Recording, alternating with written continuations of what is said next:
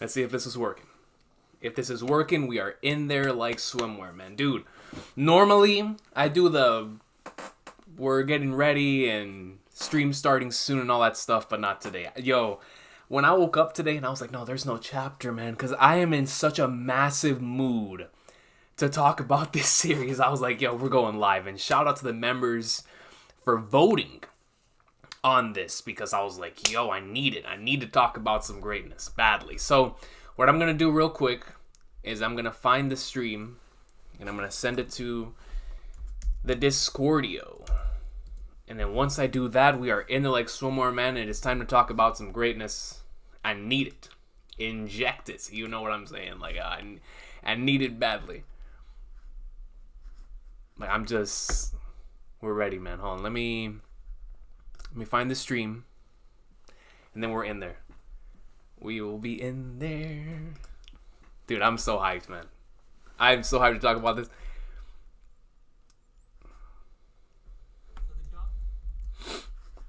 Come on. Come on. Yo, Duzzy, Coogan, and Omar. What's good? Let me finish sharing this around real quick. And then we're going to dive right into it. But yo, while I'm sharing this around, please get yourselves ready. We're going to be discussing some heat. Let me go on Discord real quick. Share this around, dudes. When I tell y'all, I've been wanting to do this since like mid-December. And then I was like, we're going on break. Last chapter was so insane. Perfect combination of roof piece and lore piece. I was like, bro, we got to do a stream. And so, once again, a huge thank you to the members for actually, for voting on this. It went like 50-50. Let me see.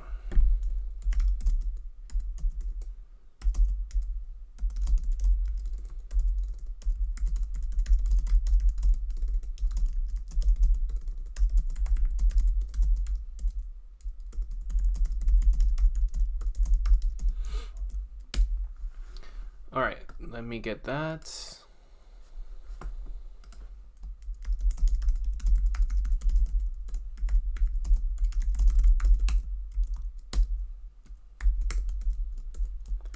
But yeah, I hope everybody's doing good, man. Dun, doo, doo, doo. All right, one last one. And we are in there like somewhere, man. Listen. I'm hyped. I have so much stuff I want to talk about, dude.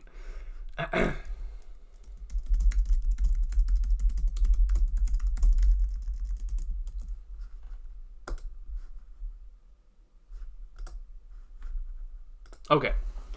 Alright, I think we're good. Let me make sure my audio is good. And we are in the lake swimwear. Hold up. Let me see. That sound good? I got the blue snowball in there. You feel me? Let's go, man. Okay. All right. So this is my plan for the stream today. My plan for the stream is to do a time capsule of sorts, right? Where all of us. So you see the notes that I have pulled up. What we're gonna do is we're gonna go through. I'm talking spitballing. I don't care if it makes sense, if it's illogical. I don't care. You let me know and I'm writing it down. Because what I want to do is I want to write down all the different possibilities and see how many of them we get right when I look back after Wano, you know, and be like, hold up. This is what took place in 2022. Let's compare it to what we thought was going to happen, or all like the crazy spitball theories that we thought were going to happen and stuff like that. So don't be afraid to throw anything out there, man. But yo, Jag K, what's good? Oh really? But you pre-ordered Zero no Kiseki? Absolutely. I'm not gonna be able to get the super edition they just put the other day. The middle looks amazing. I don't think I'm gonna be able to afford that right now. But my boy Laz is gonna get it. So when he gets it, I told him, yo, send me the pictures, man. It looks fire. Yo, Lates, what's good, man? Shout out to the Santa hat. Shout out to the Santa hat. I made it in time. How are you, brother? Doing good, AJ. Doing amazing. Just couldn't wait to get on here and talk about some goat piece. Traffy, what's good? Con the Walrus. Shout out to the Santa hat. Let's go, baby. Troon Godward, what's good, man? Josh Woodard, what's good? Man, this is about to be lit. Super lit, yo. Dylan, what's good? My boy Laz is in here. That's how you know we're going to keep it popping, man. What's good, Laz, my brother? What's good, man? Shout out to DeRozan. Shout out to my boy DeRozan. Marcelo, what's good, man? Double A better. Do I play Smash Bros? Absolutely, man. Cloud and Sora all day, every day. Let's see. Yo, Ishan, what's good? Yo, for the volumes, I'm gonna make that volumes list. But I'm waiting until volume 100 comes out. I'm still thinking about whether I should do 2, like one before volume 100 comes out, or one when volume 100 comes out. So, we'll see what happens there. My favorite One Piece volumes after Dressrosa, I think definitely volume 90. Volume 90, I want to say it's 6, the one with the Odin flashback. So I would say volume 90, volume 96, volume 89 is amazing. Like my absolute favorites, those are my absolute favorites after Dressrosa for sure. Would be 89, 90, 96. At least out of the ones that I own. Of course, when volume 100 comes out over here and I own it, I'm like, oh, and then if it's anything with 99, some greatness. Let's see. Are you Latino? Absolutely, Octiplus, bro. We're Latino all day, every day, man. The chancletas. The chancletas! You feel me? Let's go. What's good, Spicy, man? We got Spicy in here. What's good, my brother? Yo, Harsh J, what's good? Mr. DJ, what's good? I think we'll get an answer this year, at least one of them, either Void Century, Joy Boy, or the deal with Imusama, or the for the Gorosei is talking about. Yo, let's get right into it, baby. And yo, what's good, Beta? It's great to see y'all, man. This is why I love doing streams, because I get to see the individuals I always see in the comment section. I get to interact with y'all live, but let's go. Let me pull up the notes real quick. Okay. Act 3 will never end. That's right, Tennis Submarine. Act 3 will never end, but we love it for it. You know what I mean? Yo, Act 3 has some of my favorite stuff in the entire series, man. So it can go on for for as long as it wants. I was having this conversation with Laz and Sylvie the other day. I was like, yo, it's crazy to me that this arc is as long as it is, and I'm even more invested now than I was like when it started. It's kind of wild. Like, mad props to Oda on that end. But regardless, let's get right into it. We're starting this off, man. Now I'm gonna start off with one of mine. Y'all let me know in the comments. We're gonna keep going. Yo, Recon, what's good, my brother? What's good? My boy Nile Goat, man. Yo, shout out to Nile, man. Nile has always been clutch in so many different ways. So Nile, all love to you, brother. Nile's the reason why I never get spoiled on chapters. So if you ever want to thank somebody for me not getting spoiled, it's that man right there. God bless Nile, yo. God bless Nile. That's the GOAT. 1038 predictions, basically. Yo, if you want to put some 1038 predictions, we're in like swimwear, man. We're in like swimwear. You know what I'm saying? So let me know. Let me know your predictions for 1038, for 1039, for 1040. I'm here for all of it. Wano will still have 5 acts. Let's get it. I'm down. Listen, as long as this arc is ongoing, I'm happy. You feel me? I'm happy. Act 3 will forever be legendary no matter how it goes from here. Absolutely. So, without further ado, yo, Syndratic, what's good? Alicia says, yo, King Recon, it's my first live stream. Happy to be here. Yo, happy to have you here, my friend. Happy to have you. Let's get it. So, we're going to start off. I'm going to start off with one of mine, and then we'll continue. Y'all can list, and I'll just keep adding it. All right, so I think, so we're going to go personal, or we're going to go logical, and then out there first, right? So, of course, I'm expecting Yamato to gain self-freedom this year. I'm most certainly expecting us to get that scene. That is a scene I've been looking forward to the most ever since Yamato's character was introduced. As somebody who's really into the themes of identity, discovering yourself, gaining that sense of freedom, especially whenever you have somebody like Luffy. And not just Luffy now, right? Not just Yamato. I feel like Kaido's going to have a very similar arc in that sense as Yamato, discovering his true self. because all this time I'm going to assume he's been chasing after becoming Joy Boy or wanting to be, we see all these different things. We see the dinosaurs. I don't know if Joy Boy was like Luffy, right? Back in the day where he was, very friendly with animals in the same way that Luffy is.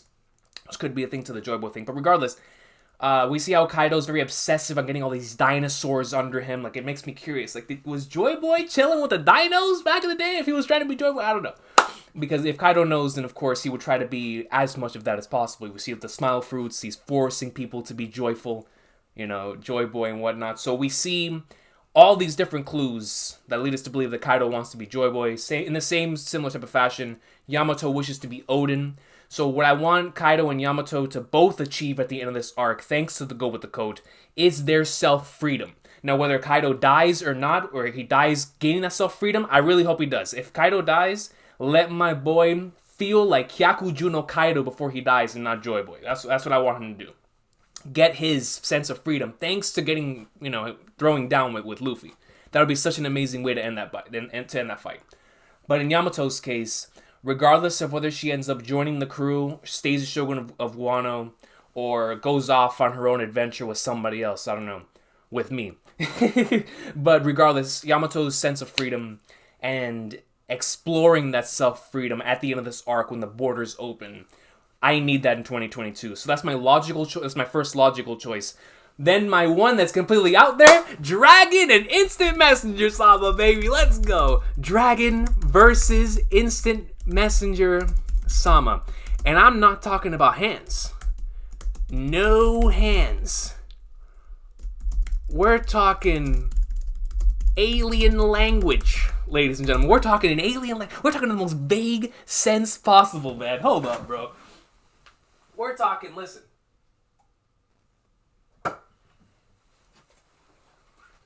Alright? This is what we're doing. We're doing marine biology. Alright? Now, the closest thing we'll ever have to seeing an alien until a UFO appears, at least for the time being, are the species at the bottom of our ocean. So, one of these days, go listen to a video of a fish under the ocean, or an octopus. Whatever sound it emanates, that's the sound we're going to hear from Dragonist and Messenger Sama's conversation. We're going to hear we're going to be like, whoa, hold up, what's going on here?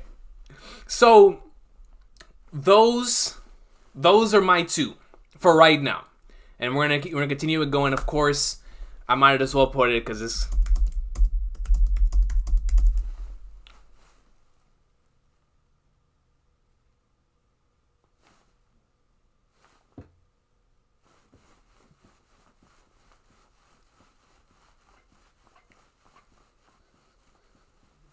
I want to see. That's what I want to see. That's what I want to see. You know what I'm saying? That's what I'm trying to see. That's what I'm trying to see. So, we gotta put my boy Shanks. Now, what's Shanks gonna be doing? You feel me?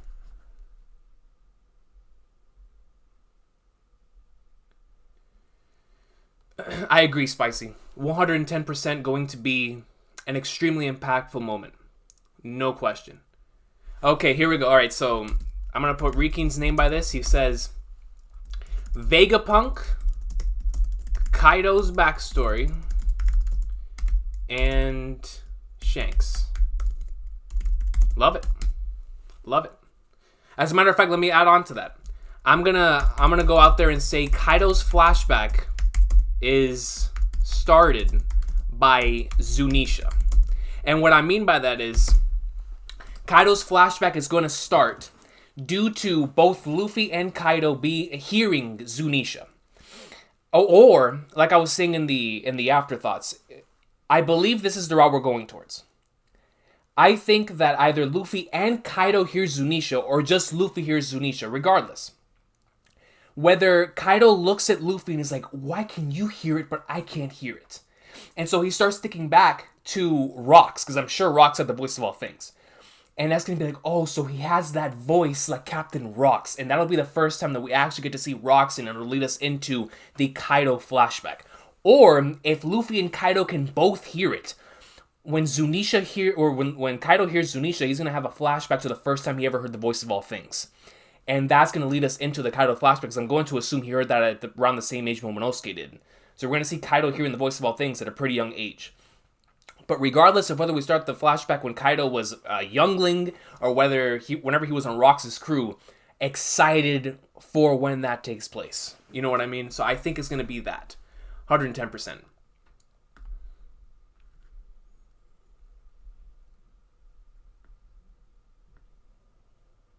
How long do you think this stream will go on for? I'm here until, let me see, I have to leave at like 12:30, I think, so we'll wait for about 2 hours, if my throat can handle that.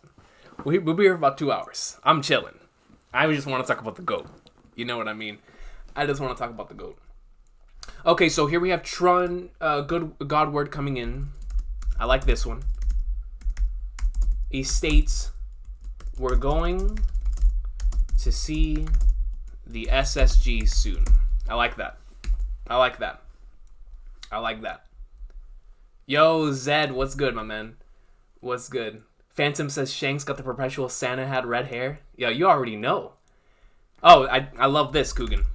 Love this. He says, Sabo and Vivi interaction post Wano, 110%. I could not agree more with that one. Omar says, Robin will be taken. Robin will be taken. 4-way war with Straw Hats, Allies, Big Mom, Blackbeard, and the WG over Robin. Yo. Holy flagnards. Now, if that were to be the case, I mean, personally, I don't think Luffy at this point of the game, I mean, the thing is that if the Gorosei themselves pull up, right? You know, we're talking about that possibility in the afterthoughts, but if the Gorosei pulls up, or if somebody, like, if CP0 just ends up being extremely nasty, and after this arc, like, Luffy he just can't move, none of the Straws can move, and then they end up taking Robin, then sweet Flagnards, you already know, that's going to be absolutely huge. And that could lead us down that route. But I think Robin's role is going to continue being exactly what it's been so far, because the thing is, when at the end of this arc, I really need Robin to be there when the Kozuki clan information starts being released. So, like, I don't want her to be captured just for that moment, you know what I mean? Like, I've been waiting for Robin ever since she read the Red Poneglyph and the Joy Boy stuff back in Fishman Island. I have been waiting to see the next part of that story, and I'm going to assume in the Kozuki clan's poneglyphs, we're going to see not only the origins of poneglyphs, right, and how they were created, but for Robin's case, the continuation of that Joy Boy story. Like, if Zunisha is connected to Joy Boy, I'm going to assume within that poneglyph, we're going to get the next portion of that apology story. And so I really want to see that through Robin's eyes. That's the personal reason why I don't want her to be taken. And of course, I don't want Robin to be taken again. But from a storytelling standpoint, if Robin were to be the catalyst for a major war like that, that would be huge. That would be massive. But I guess we'll have to see.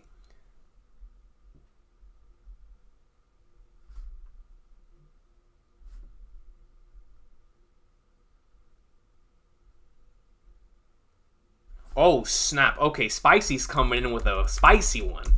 Yo, this man says, Will of D will be revealed. Will of D meaning will be revealed. Now, that's very interesting.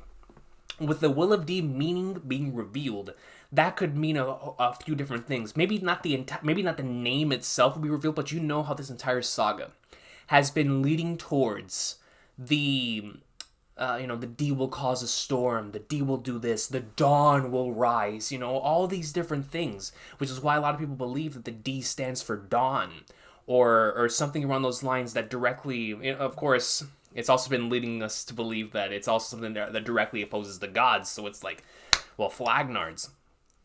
But with the saga up until this point, the Kaido, with Kaido being the main antagonist, the saga up until this point, we have had multiple different,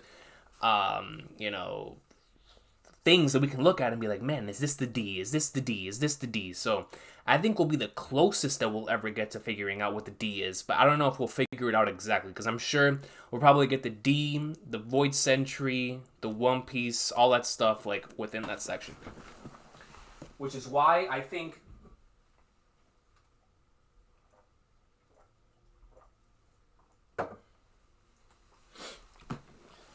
Which is why I think at the end of this arc, we're going to get the closest we've ever been to it. And we might even get like a miniature flashback. I mean, with the Nika stuff, it's like, why introduce Nika? Why introduce the stuff with the Gomu Gomu no Mi? Why introduce with the now Zunisha coming in? Why introduce all of these concepts that we know are Void Sentry? Like, we know Toki's ability... 800 years ago, her wanting to figure out the truth about Wano. It's like we never got to see any of that. So it's like post Wano has to give us so much of that, right? Like at the very least, at the end of this arc, I think we will see the Wano of 800 years ago, and that would give us a good. As a matter of fact, let me write that down. We will see the Wano of 800 years ago, because the thing is, if we were to see the Wano of 800 years ago, then we'd be able to be like, hold on. These individuals close themselves off because of A. Especially because remember when during, I think it was chapter 936, it was right before Zoro started throwing down with Kamazo. It was whenever he was having the conversation on the bridge. And they were talking about the City of Gold and how the land of Wano was previously known as the City of Gold. And it's like, you know, that connection to Skypiea being known as the City of Gold, you know, how Jaya being separate. So it's like, that entire thing, we have to find that out at the end of this arc. I strongly believe that to be the case. Or if we don't, then within the Void Century flashback, we're going to have, like, the biggest reveals ever, man. Like, I'm not talking about simply what we were all originally expecting. We might even figure out, like, how the entire world came to be the way that it is, which I am expecting. Like, I'm expecting a Pangea type of oars, continent pulling, you know what I'm saying? All that stuff. Which Thriller Bark, good lord, how important that arc is. But I do think at the very least we'll find out why it's called the City of Gold, why Onigashima's so important to Kaido, and why it is that Wano secluded itself for 800 years, which is going to lead us into Void Century stuff. I mean, it has to. It absolutely has to.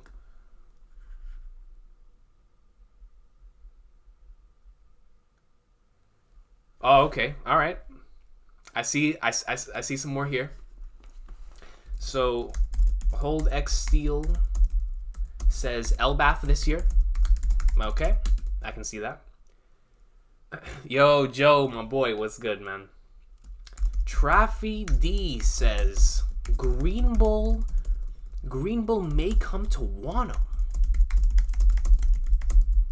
Holy flagnards. So Fujitora is not coming, but Green Bull may come. We'll see that. Yo, Muddy, what's good, fam? What's good, Muddy? I see Muddy. My boy Shadow. Big Go Shadow. Yo, real quick. Shout out to my boy Shadow, man. I don't know if anybody in the comments reads webtoons, stuff like Tower of God and God of High School, stuff like that. Ever since this year started, I've been experiencing a lot of greatness. A lot of greatness, man. A lot of greatness. But there's this one series that I've been going hard on, man. It is so good, dude. And shout out to my boy Shadow. It's called Kubera. Yo. That series is gas. I'm talking, yo, you put some... Bro, I'm talking about gas. Alright. That series is fire. And the craziest part about it is I'm only 100 chapters in, season 1, and I feel like it's already like a banger. So, can't wait for more. Shout out to Shadow for putting up with my spam. That series goes in hard. That junk hits different. So, shout out to him. So, Joe... Now, hey, Joe... That's my dog, Joe, man. This man said the will of Dante. Now, we know that Oda was inspired by Dante's comedy for, at the very least, Impel Down. That's a fact. Impel Down structure, very, very similar to to Dante's comedy, 100%. I mean, you could look at both of them and it's like, holy fuck, there's obvious inspiration there. So that would be very interesting if Oda were to take Monkey Dante Luffy. I don't know, bro. That's kind of nasty. Chaffee says the Will of Dreams. Take that too.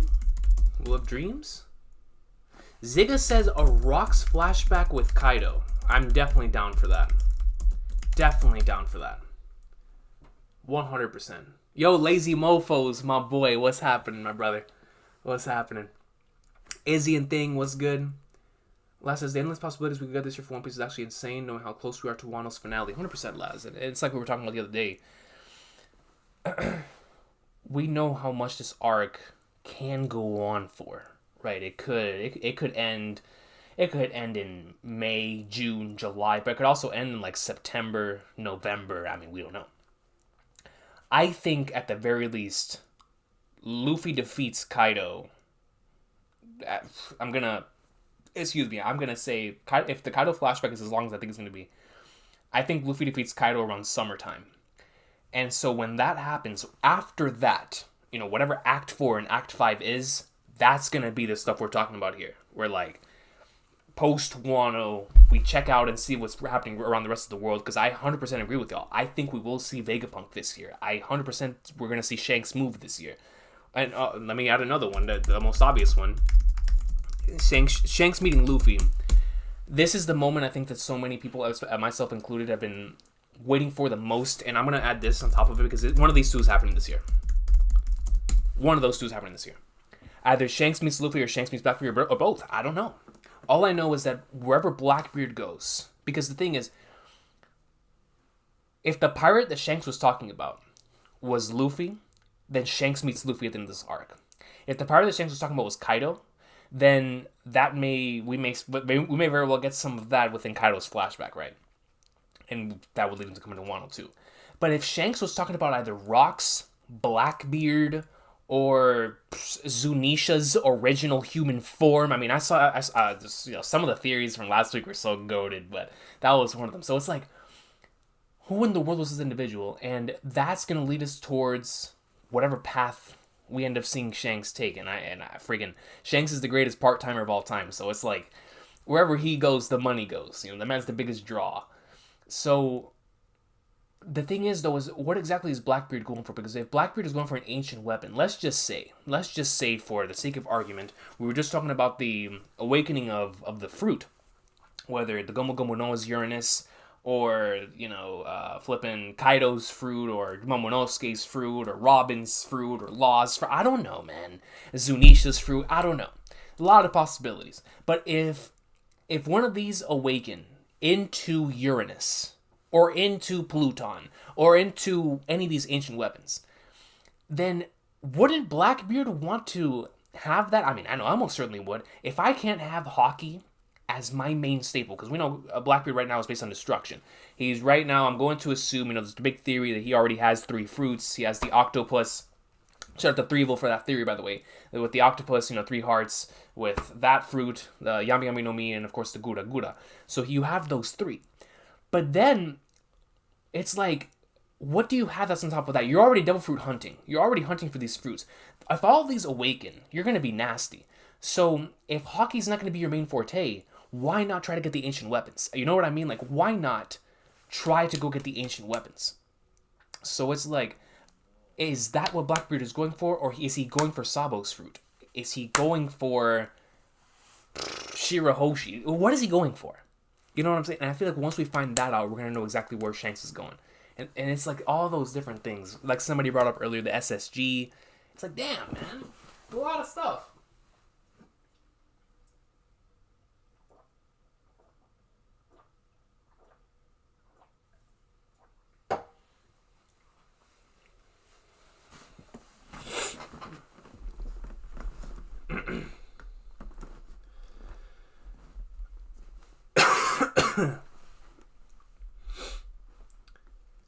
Let's see.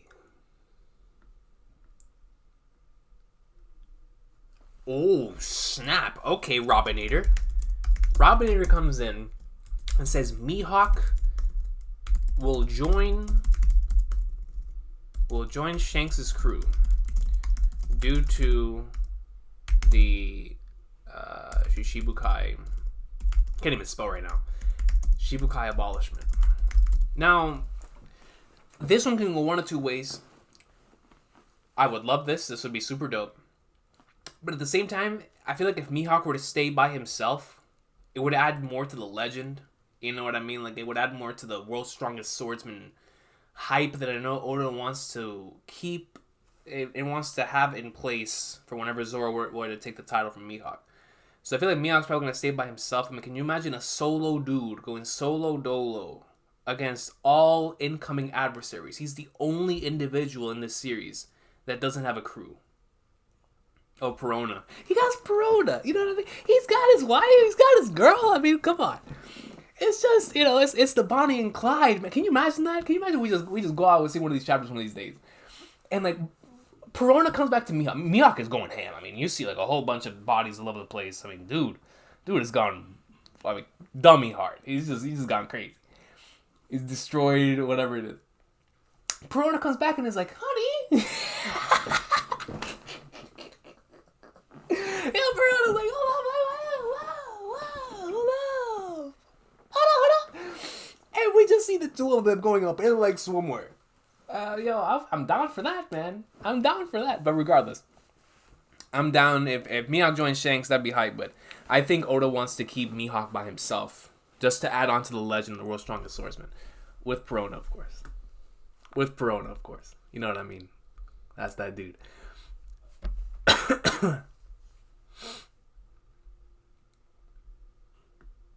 Marshall Dante Teach. Yo, you already know. You already know. Yo, shout out to the Will of Dante, man. That junk is fire. Okay, so Muddy right here says Wano ends on 1050. Morge's raid fail theory comes true, and fast turnaround for the Alliance and Straw Hats to win Wano over, and Shanks stuff happens before the movie. All right. I don't think the raid's gonna fail, but yo, if it does end up happening, we got it right here. So ending on 1050 is actually a very good possibility. And if not the whole arc ending at 1050, I think we could see at the very least the series, the Luffy versus Kaido fight ending on 1050. You know what I mean? But shout out to Morge's raid fail theory, man. That thing has been what was it? It's been like 4 years in the making. Yo, that stuff actually ends up happening. Shout out to Morge. Man. I don't think it's going to happen because the go with the coast going in too hard, but regardless, respect it.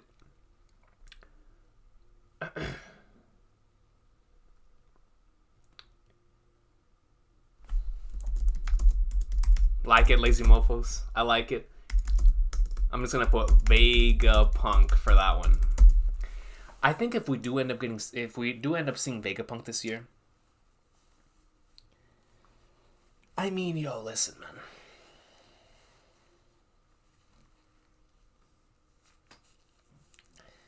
That's like the spookiest dude in all of One Piece, bro. You know what I mean? Like, yo, that is the spookiest dude in the entire series, and it's not even close.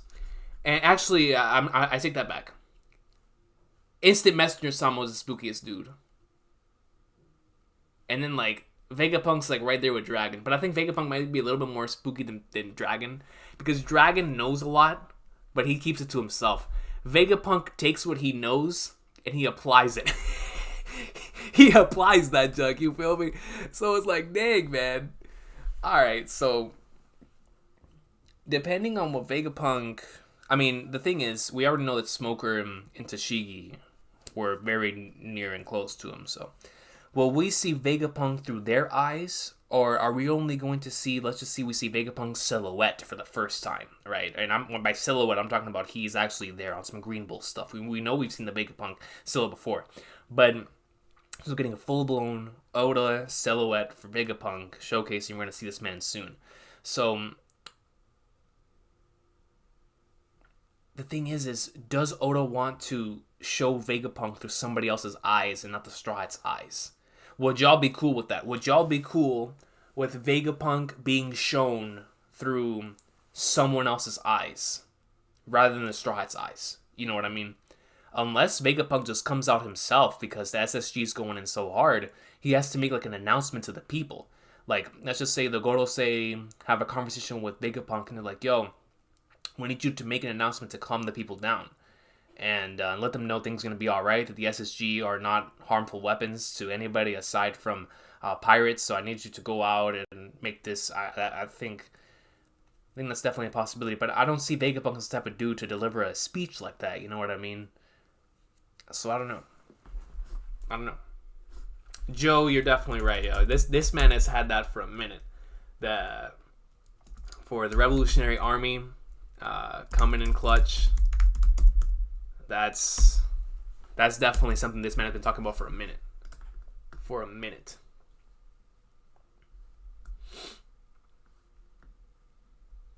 Yo, Zachariah Zach Zoro, what's good, my man?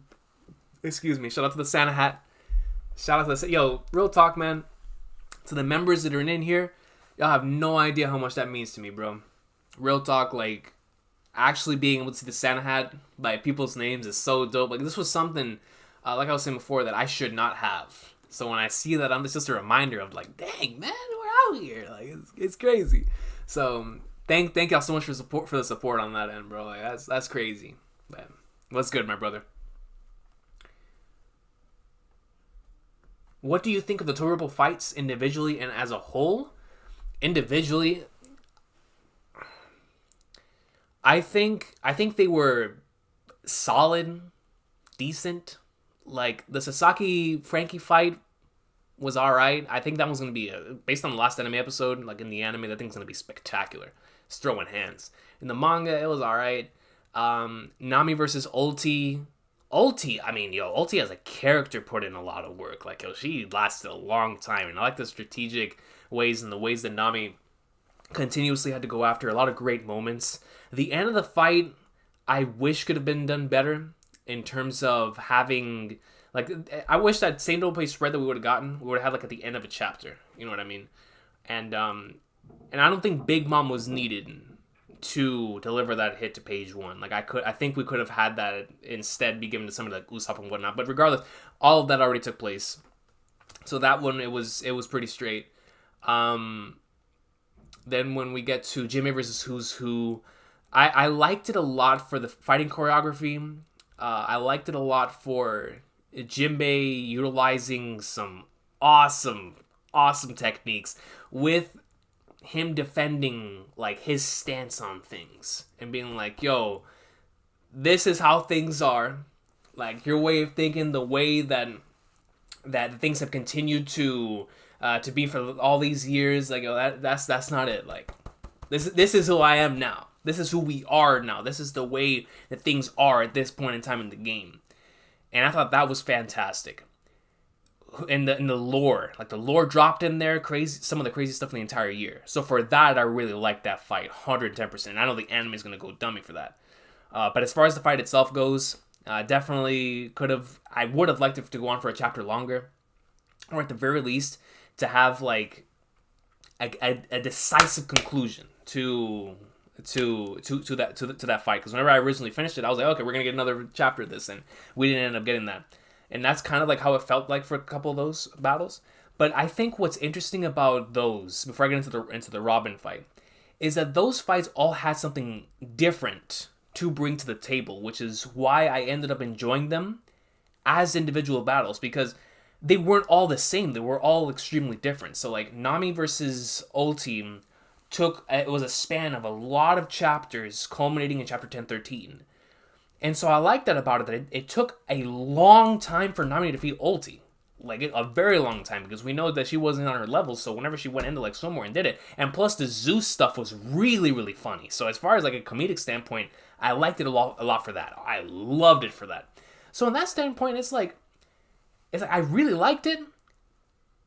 I I like looking back on it, think about it now, like the Zeus stuff, like I did. Like, there was certain things, of course, that I wish could have been executed much better, but I liked it a lot for that end. I think Sasaki and Frankie was the weakest for me. It was throwing hands. I love throwing hands, but whenever you have like all of the other ones have these specific things going for them, like you have the comedic aspect of Nami versus Ulti, you have lore piece happening over here, you have Espada stuff happening with Robin. So it's like I think Sasaki and Frankie was my least favorite.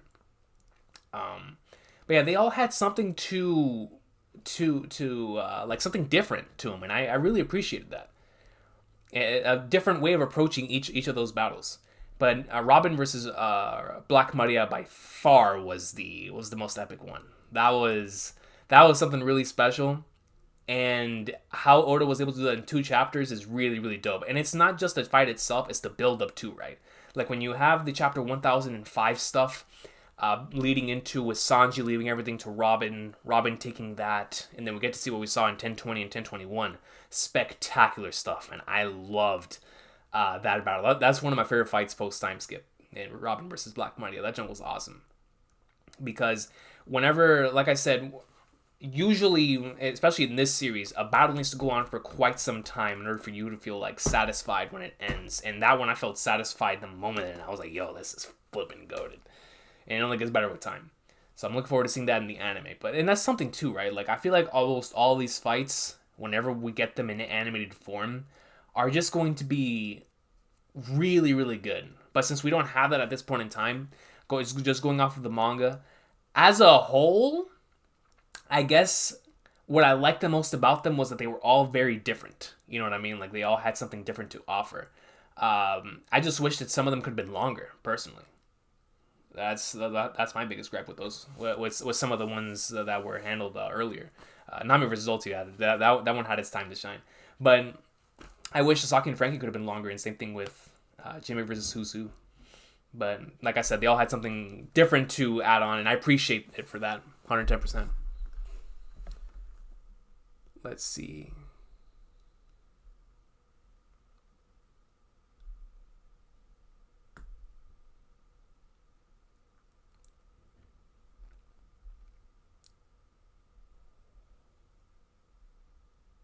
Vince Russo booked the finish for Nami versus Ulti. Yo, if that was the case, we would have had David Arquette showing up at the end of that fight. Yo, Sean Holmes, man, good lord, what's good, my boy? This man's had the Lucky Roo picture since I was in high school, dog. Yo, snap, bro. Yo, shout out to Sean Holmes, man. I've known that dude since my first channel. Maybe even before the first channel, bro. Known this man for a minute. Shout out to my boy Sean. The Lucky Roo. Yo, Simple Animator, what's good, fam? What's good? Do y'all think either Shiki or Gabon is going to show up this year? Hey, why not? Let's add that to the list. Shiki or Gabon show up this year. I think we'll see. I mean, maybe not in the manga itself, but I'm sorry. I'm gonna put the name real quick. Maybe not in the manga, like in the present time, but I can most certainly see them. I can most certainly see them showing up like within the Kaido flashback for sure. Like I think we'll see them within the Kaido flashback. Well, Gabon maybe not. Well, actually, that would be interesting if we were to see Gabon like in real time, because then that would show the other remnant of the Roger Pirates that we barely know anything about. So that's I don't know. I think Shiki will be done for now, maybe until the end of the series. But Gabon, I think that's more likely than Shiki, personally. Juan Salzado is speaking my language. This man is speaking my language. This man says rocks and emu are related. Now let me tell y'all something, man. I know Oda's going in for an ankle breaker. So it feels like he almost wants me to believe that Rox is Instant Messenger Sama with the whole King of the World conversation, the state of the Yonko system being the pirates that were directly under him, except for Shanks. It's crazy, right? Like, this man Rox legitimately had control over the pirate world, and his underlings being like the rulers of the seas and the pirate world, and then he had the Gorosei and everything under him, and on the world government side of things, on the Celestial Dragon side of things. So it's like 100% it makes sense. Because it makes so much sense, it makes me feel like Oda's going for an ankle breaker, and that they aren't the same person, but they're definitely related. There's no doubt in my mind that Instant Messenger Sama and Rox are related. Now, I'm not sure if you're talking about related in terms of being like son, child, whatever. Related I'm talking about is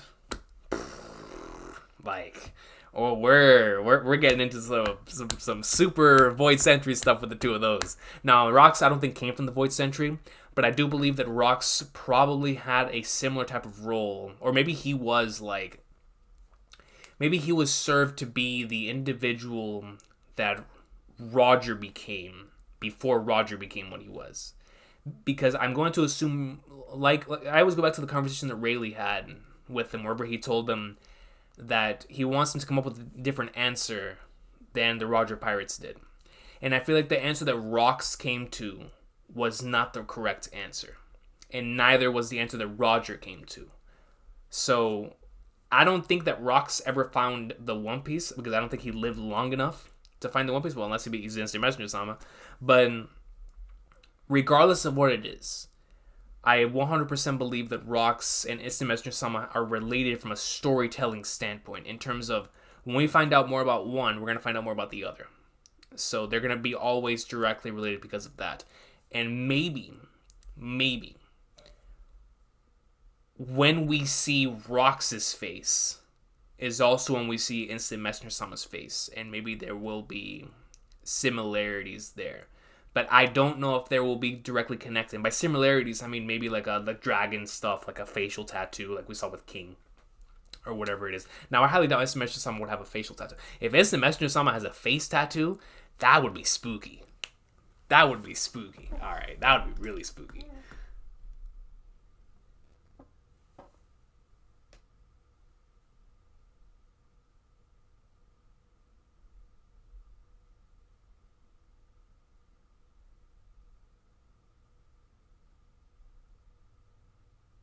Yo, Main D Moon, what's good? What's good, AR Designs?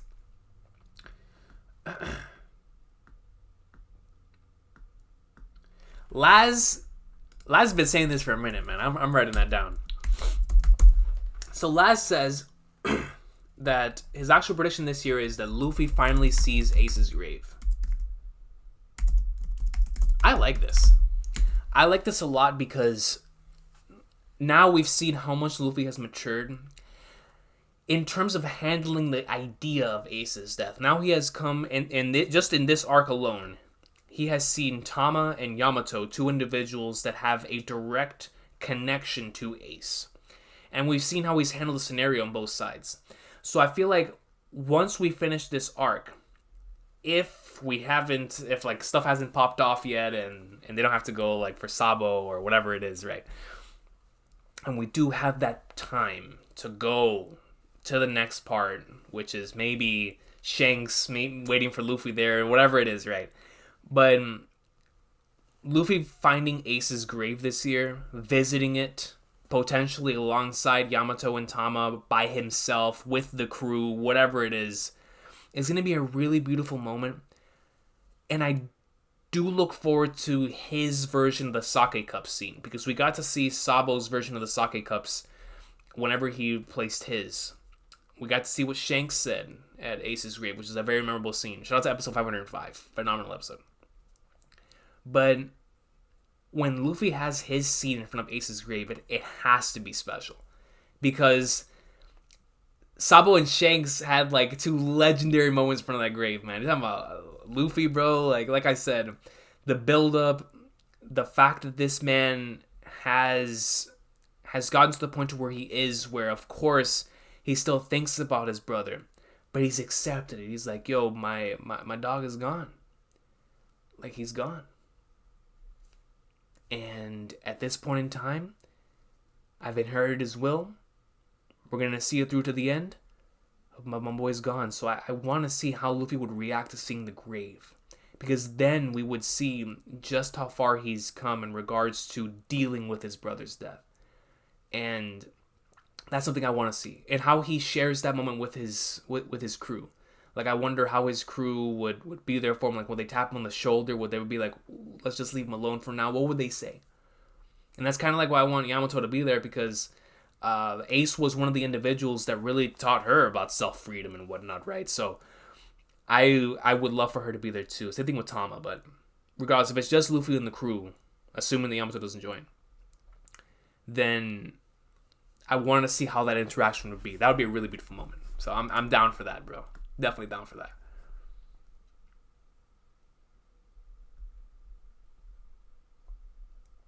Do you think... Ooh, okay, hold up. So we have Abizar Frats here saying... Let me write that down. Your thing, this is... Well, do youth or Luffy reaches awakening this year? I'm actually I'm gonna put this to the chat today. Do you guys think that Luffy reaches awakening this year? I just put like a yes or a no, whatever, in the comments. I'm curious because at this point in time, Luffy has Conqueror's coding. As far as we know, Kid and Law do not have Conqueror's coding. However, they have awakened. So if we want to keep things, I already, in my mind, Luffy's on a tier above Kid and Law right now. Like, possibly by the end of this, when we get to, if Law and Kid do end up taking down Big Mom, then we're going to get to a situation to where they're all on a very similar type of tier.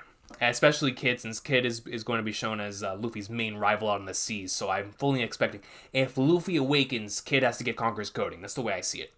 So if Luffy awakens in this arc and has Conqueror's coding, then Kid is also going to get Conqueror's coding in this fight against Big Mom.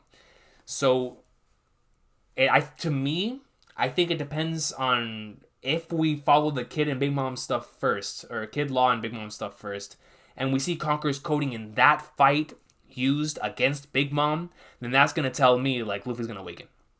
Because Oda wants to keep this idea in our minds that they're at the very least within the same vicinity, within the same tier, to keep that whole rival effect. Especially if both Yonko go down and Kid ends up being a Yonko. Because I don't think Law... The only reason why I don't think Law's going to be a Yonko is because either the sword theory is going to come true, that Matt B and Randy have been talking about for a while, and that Law is actually a member of Sword, or he's going to be one of the main member of Luffy's alliance, right? He's already a Straw Hat. I don't care what nobody says. But in terms of Kid, I think he's going to be, especially with the whole I'm going to be the one to take down Kaido stuff from chapter 924, I think he'll be the one to take the Yonko title. Now, with that being said, if it ends up being Luffy and Kid, then if he wants to keep them within the same stratosphere, within the same vicinity, then both of them have to get whatever is the other thing, right? So let's just say if Kid awakens, but he doesn't get Conqueror's coding in this arc, then I don't think Luffy can awaken in this arc. Because if Luffy awakens in this arc, this man is by far, he's like the Roger of this era. Like, well, he already is the Roger of this era. But you know what I mean, to where like he is a step above everyone else except for his main rival, which is Whitebeard. You know, it was Roger, Whitebeard, and it was everyone else. It was Roger and Whitebeard, well, when Rox was gone, right? Because Rox was known as Roger's greatest enemy. But after that, in the next era, where it was Roger and Whitebeard and Shiki and all them boys were out there, in that era, it was Roger, Whitebeard, everyone else. You know what I mean? And I feel like if Luffy were to get awakened in this arc, he would be clearly above everybody else, except for Shanks and Blackbeard and these individuals who have like super high proficiency in something. My assumption is Shanks has the highest proficiency in hockey, and Blackbeard, of course, there's no one even in the game that's even close to him in terms of fruits. Not even close. You know what I mean? So they all have to be in the same vicinity somewhere. So I feel like I said, if Luffy gets awakening, Kid has to get Conqueror's coding.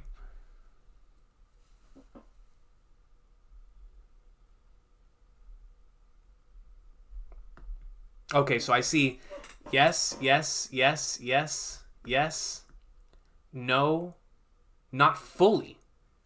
Then Joe says Luffy's already awakened. Interesting. No, yes, absolutely yes, yes, yes, yes, but probably to overcome whatever challenges on Elbaf, Saint says. That's interesting. Luffy's gonna visit that grave with Shanks being 6 feet under. Come on, Who's Who, bro. Hey, Who's Who's already selling out, man. Come on, Who's Who? Come on, Who's Who?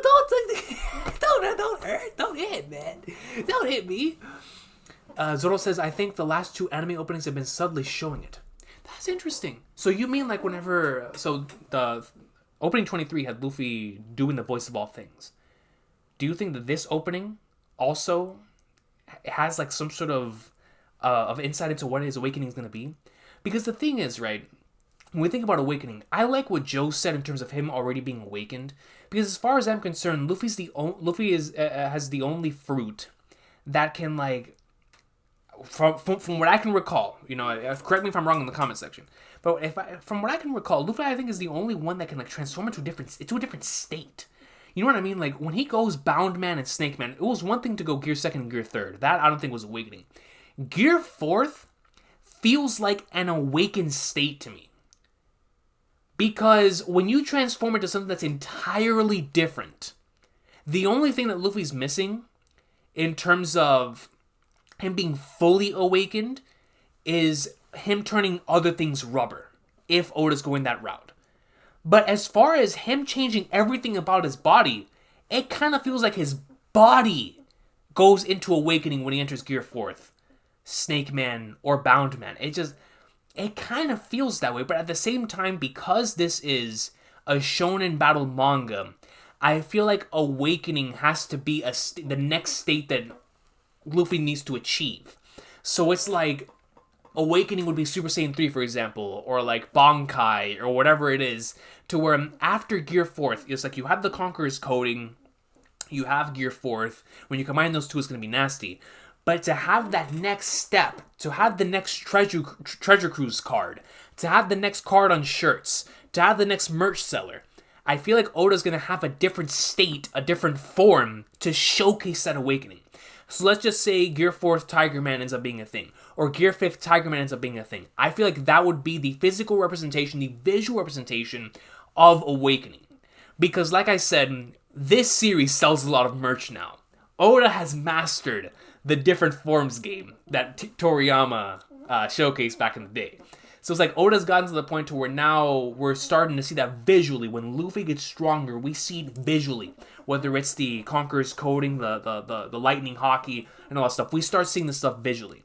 So I feel like awakening has to be something different than what we've already seen. And I'm on the same line of thought as Joe, to where I feel like we're already right there. We're like right there with Gear 4th. But I feel like the truest visual representation of that is going to be whatever the next form is going to be, or what he ends up doing the next with his gears. Whatever the next part of his gears, whether it's Gear 5th, a new Gear 4th form, Gear 0, I don't know, man. You know, you see all those theories, bro. Whatever that is going to be Luffy's awakening. Because knowing how visual his fruit is, whatever this next part is going to be crazy from a visual standpoint. Like from a visual standpoint, it's gonna go hard. It's gonna go super hard.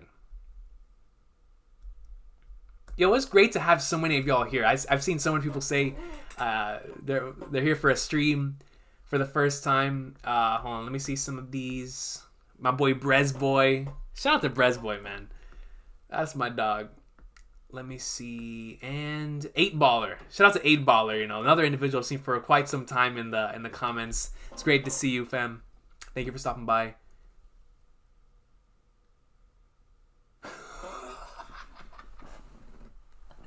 Yo, Lazy Mofo says JD tried to put me on trial and Who's Who goes unnoticed. Just One Piece things. Shout out to that JD video, man. Shout out to that JD video. Oh, man. All right, so before I come back, I'm going to go take a quick bathroom break. But while I do that, in the comment section, let me know, you guys, if you see Luffy vs. Kaido ending within the next 10 chapters. So, like, from where the chapter that just ended until, let's just say, chapter 1047. Do y'all see Luffy vs. Kaido ending within the next 2.5 months? And if you don't, then do you expect it to go into the summertime, where we see like the big final climactic battle happening in the summer, or do you expect it going on even longer than that? That'll be the next thing. I will be right back. Gotta use the bathroom. Yeah.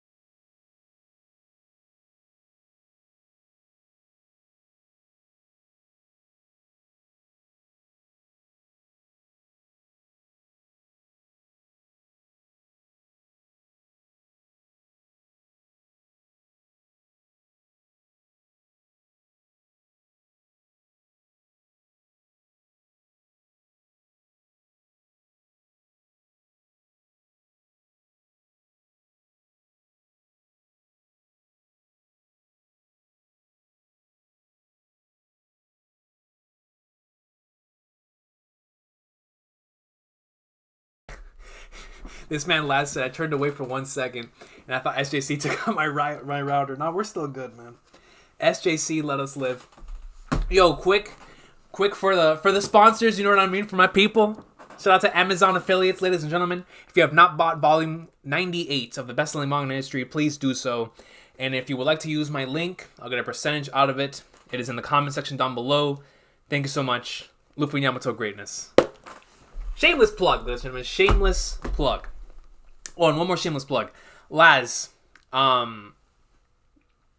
they download Yu-Gi-Oh! Master Duel. Whether you do it on PC, PlayStation, whatever it is, download it, bro. Next time that we get in a call, we gotta play it, man. They have every single card in the history of Yu-Gi-Oh, bro. The game is free. It's basically free to play. We're not on like any Genshin Impact stuff. Like when you go and you buy or when you play the game, it actually rewards you for playing the game. And like the packs, like I already pulled Stardust Dragon. Like you know what I mean? Like it's easy to pull. Well, it's not easy to pull, but you can get the stuff necessary in order to pull cards. So download Yu-Gi-Oh! Master Duel. So next time we get in a call, we can play that junk. Let me see. Alright, so let's continue what we were talking about earlier. Yo, Uninspired coming into like swimwear with the 2 bones. Thank you very much, man. He says, hey King, you ever saw Dead Man Wonderland on Toonami? When it was coming out weekly, when Dead Man Wonderland was initially airing on television, that might have, because I watched it in Japanese when it originally was coming out, like 2011. I was watching that. I remember when, bro, you all remember Future Diary? Yeah. Yeah, that was a stage, man. It was like all that was dropping. Like, what was, I think Bleach was in the Full Ring arc. Naruto was just starting the Ninja War. One Piece was beginning of Fishman Island. But at the time, I think Dead Man Wonderland, Future Diary, a bunch of stuff was coming out in 2011. But I remember when they brought it to the English dub, because I didn't really appreciate it when I watched it in Japanese. But when I watched it in the English dub on Toonami, I was like, yo, this show is amazing. And to this day, I still listen to the music from that show to for inspirational purposes when I'm writing. I love that show's soundtrack. As far as the anime adaptation, like I said in the tier list video, the anime adaptation for Dead Man Wonderland is garbage. It is terrible by an adaptation standard. If you take it on its own, it is awesome. Like Dead Man Wonderland, the anime is awesome. However, the manga, like if you guys like Dead Man Wonderland, I would highly recommend reading the manga. The manga is way better. Just listen to the soundtracks while you while you read the manga. But as far as the anime goes, like that junk was awesome. But if you want more, the manga is a way better experience than that. Way better experience. Oh, and Traffy D comes in clutch, saying, with 179, shout out to Traffy D with the awesome Yamato profile picture. Love your reactions, coach. Keep up the great work. Yo, thank you so much, Doc. I truly appreciate you. Well, we'll try to continue for as long as possible in the awesome sauce, man. But I truly appreciate you, dog. Thank you very much. Alrighty. So let me go back up to see y'all's answers for that. For the Luffy and Kaido stuff. I don't think all this ends in 10 chapters. It's for sure ending within the next 2 months. The summer solstice. Watch out, bro. On some Avatar Last Airbender stuff. You know how legendary that would be? Like, we get an Agni Kai. Yo, Agni has a completely different name.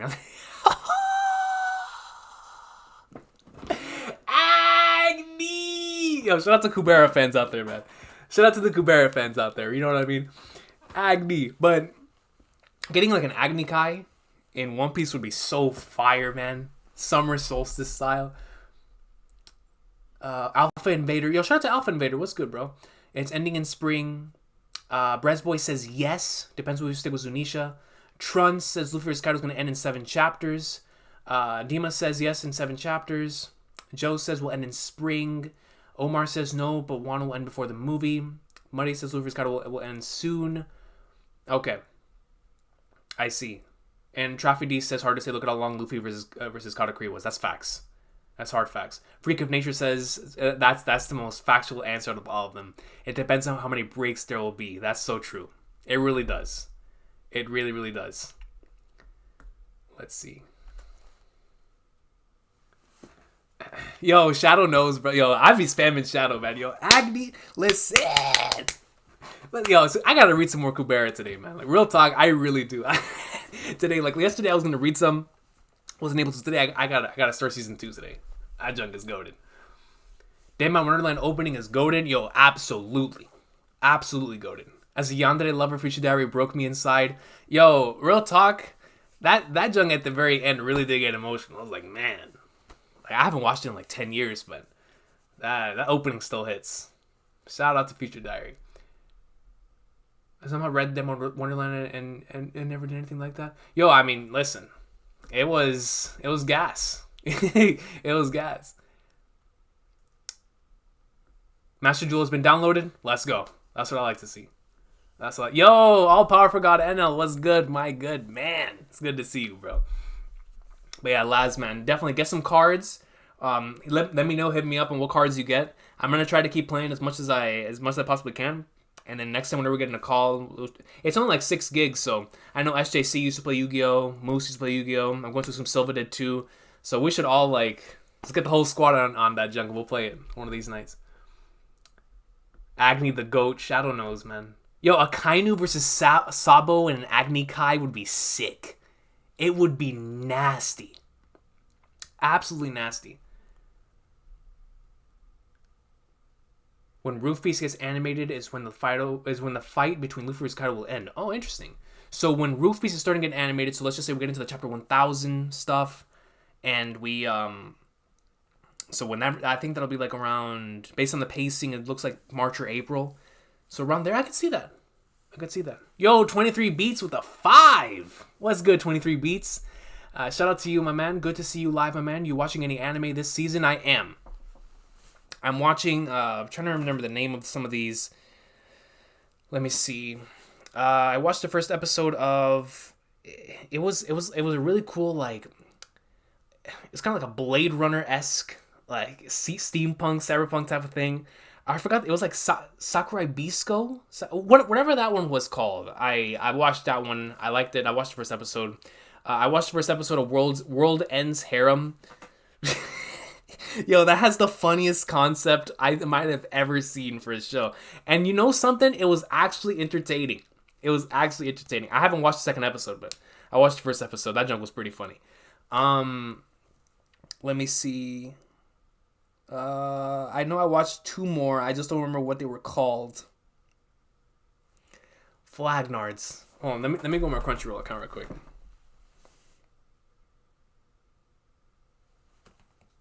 But I only watched the first episode for those. Like, I haven't watched the second episode for any of these. Cause I'm telling y'all, man, no, bro. Right now, Yaiba's hitting hard, man. Like besides One Piece, I'm looking forward to watching Yaiba the most every single week. Where is Attack on Titan? Oh, Sabi Kui Bisco. That's the one that I was watching. So I watched episode 1 of that. I watched, like I said, World End Harem. What was the... I know I watched 2 more, and I can't see them on the list.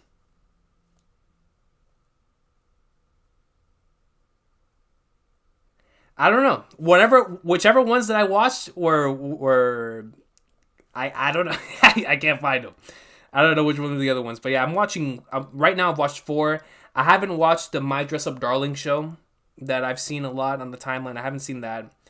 And I have not seen the Assassin show, the one that has like the assassin and the other individual. I haven't watched that one either. That was another one I had my eye on. But right now I'm only watching 4. But right now Yaiba's what has my heart, man. Yaiba's hitting hard, bro. Yo, listen. This current arc in Demon Slayer is fire. Like, it is legit, like, straight flames, man. I love that junk, dude.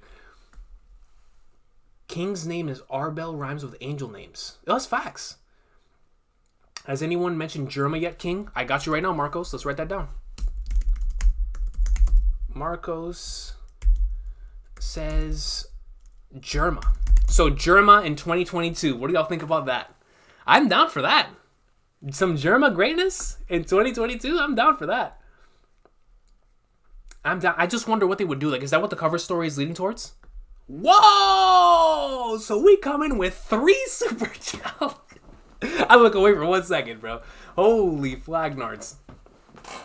Recon and World's End Harem in the same timeline. Hey, you know, man, sometimes we all have to go into our states. But regardless, here we have Abdullah Salem comes in like swimwear with the 5 bones. Thank you so much, my friend.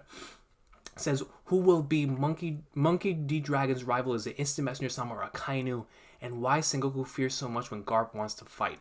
So in regards to the first one of those, I believe Dragon's rival is both in a different way. Instant messenger Sama when it comes to challenging the highest power. So you're going to have the highest power of the Revolutionary Army against the highest power of the entire world in Instant Messenger Sama. So I think there is going to be conflict there. In terms of Akainu and Dragon, it's like these 2 individuals, Dragon's doing everything in his power to do what he can do. Very similar to what Nika did in terms of freeing individuals. So he has very, very strong ambitions. Where that clashes with Akainu's ambitions and his desire to do things is extremely strong as well. So it's like when that clashes, you already know that's going to come into fruition. And we saw how his mindset changed when he saw that Luffy was Dragon's son. He was like, yo, I got to eliminate this dude. Like, this dude is Roger's son, yeah, but this is Dragon's son. This is Dragon no Musco. So I feel like that one's going to be more of a rivalry in terms of both them fighting, because I don't think it's Messenger Sama's a fighter. Whereas, like, I feel like they'll clash, like, going back to Kingdom, shout out to Kingdom. It's like the real Fui and Ace. You know what I mean? Like, that's what I expect from Dragon and his Messenger Sama. Whereas Akainu and Dragon, I expect them to box. Like, they're gonna be boxing. There's no doubt in my mind they're gonna be boxing. And then in terms of Sengoku fearing Garp, I mean, yo, when you think about this dude Garp and the legends within the One Piece universe, this dude was known as the hero after God Valley. where he and Roger stood side by side in defeating the most legendary pirates at that point in time. I mean, yo, it's like, how can you not fear Garp? Like, especially Sengoku, who probably knows Garp more than anyone else in his power. I mean, he fought alongside him against Roger. He fought alongside him when it came to fighting these pirates. So it's like he knows his power more than anyone else. And that's probably why he doesn't want him to fight. And I wouldn't even count it as fear. I would kind of more trying to look out for a brother. Because I'm sure Sengoku and Garp have that type of relationship where they're like, yo, this is my dude. I don't want him to do something that he would not want to do, something out of the ordinary, or I wouldn't want him to get hurt, or whatever it is, you know what I mean? And probably he fears for other people, because he's like, yo, Garp is that dude. He may be old, but he's still that dude. So it's like, yo, I gotta stop him. I gotta stop him before he ends up either dying or really hurting somebody and hurting his reputation, because he knows the importance of this job to Garp's life. So it's like, that's probably why he stopped him on that day against the Kainu, because he was like, yo, I'm not going to let him. I'm not going to let him fight. Because either A, he gets whooped by a Kainu, and things will never be the same, or B, he whoops a Kainu, and that's going to be even more bad for all of us, right? Because then, what do we do then? So it's like, that's why he was really stopping him. At least for me. He was probably stopping him as a brother. He was stopping him as a friend. I'm like, yo, I'm not going to let you do this. As much as I know you want to do this, I'm not going to let you do it. That's the way I look at it, at least. So the next one comes in from Ruyo. I thought that said Rio for a sec. Ruyo. But thank you very much, Abdullah. I appreciate you, man. Ruyo says, comes in with a 5. No, Luffy will lose one more time because we need to see awakening from Kaido and his flashback. So, in regards to that, well, first and foremost, thank you so much for the super chat, bro.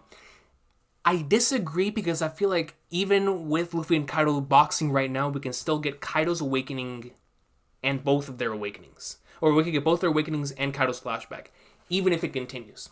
Here's why I think that. I don't think he has to lose one more time, because if Kaido and Luffy were to both awaken, and we're at a similar power, because Luffy has not entered Gear 4th yet. Let's just say that Kaido awakens, he enters this next stage in his battle, or in his strength, whatever it is, and Luffy matches that with Gear 4th, because I'm sure that's what Luffy's waiting for. The reason why he's still in base form is because he's waiting for Kaido to enter his strongest state. And we saw how he was able to switch out of all these forms in the last chapter. So it's like, once he enters this form, whatever the next form is going to be, or this awakened form, awakened state, whatever it is, it's like Luffy's going to have Gear 4th to match that with Conqueror's coding. And then, in order for Luffy to overcome that, that's where his awakening comes in. That's where his next stage comes in to stop whatever in the world Kaido's about to bring at him. Because you already know, once it starts going into the final stages, Kaido's going to go up in like swimwear. So whatever Kaido does to try to, where it's going to have Luffy to the brink of death, that's where Luffy's going to enter that next stage that's going to allow him to overcome Kaido. At least that's the way I see it. So I don't think he has to lose for him to reach that next state. I just think that we need to get a couple more chapters of this battle, allow it to continue to progress, then we'll get that next evolution for both of them. At least that's the way I see it. Let's see. And then the next one comes in from PK. Shout out to PK, man, with a 20. PK's the GOAT. Sun God Luffy awakening and coming with the Wisdom King Fiery Drip. Yo, that drip goes hard. And another note, thank you for recommending Violet Evergarden S tier series. Violet Evergarden. One of my all-time GOATs right there. Thank you so much for watching it. Absolutely adore that series.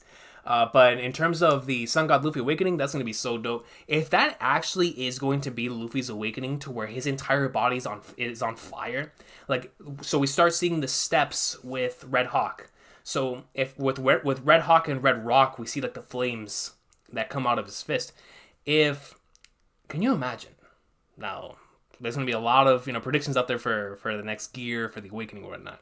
But if Luffy's entire body's on fire while delivering a lot of these attacks, I mean, flagnards. Like you said, with the drip, with the Wisdom King drip, that's going to be nasty. That's going to be nasty. But thank you, man. Thank you so much for the 20, dog. I truly appreciate you. Luffy's tapping in to the sun breathing with rocks attacks. Yo, that's facts, though, right? That's hard facts. Kimetsu no Yaiba straight up goated, came out of nowhere, did his thing, didn't even start for that, it's goated. I haven't even read the manga. So I haven't even read the manga, so like for me, the anime so far has been super goated. Sakamoto Days. Yo, Spollywood, what's good, man? It's good to see you. I need to catch up to Sakamoto. I've only read one Sakamoto Days chapter, and that was the chapter that they did celebrating, what was it? What was it, the One Piece anniversary? It was something to a series that, I think it was for One Piece. They did like a One Piece special chapter, and I read that one. I think that's the only Sakamoto Days chapter I read. I need to read more from that series. I haven't watched any of the Wano anime yet, but I'm waiting until the entire arc is animated so I can binge watch it all. That's going to be a legendary binge because the Wano anime has been on fire.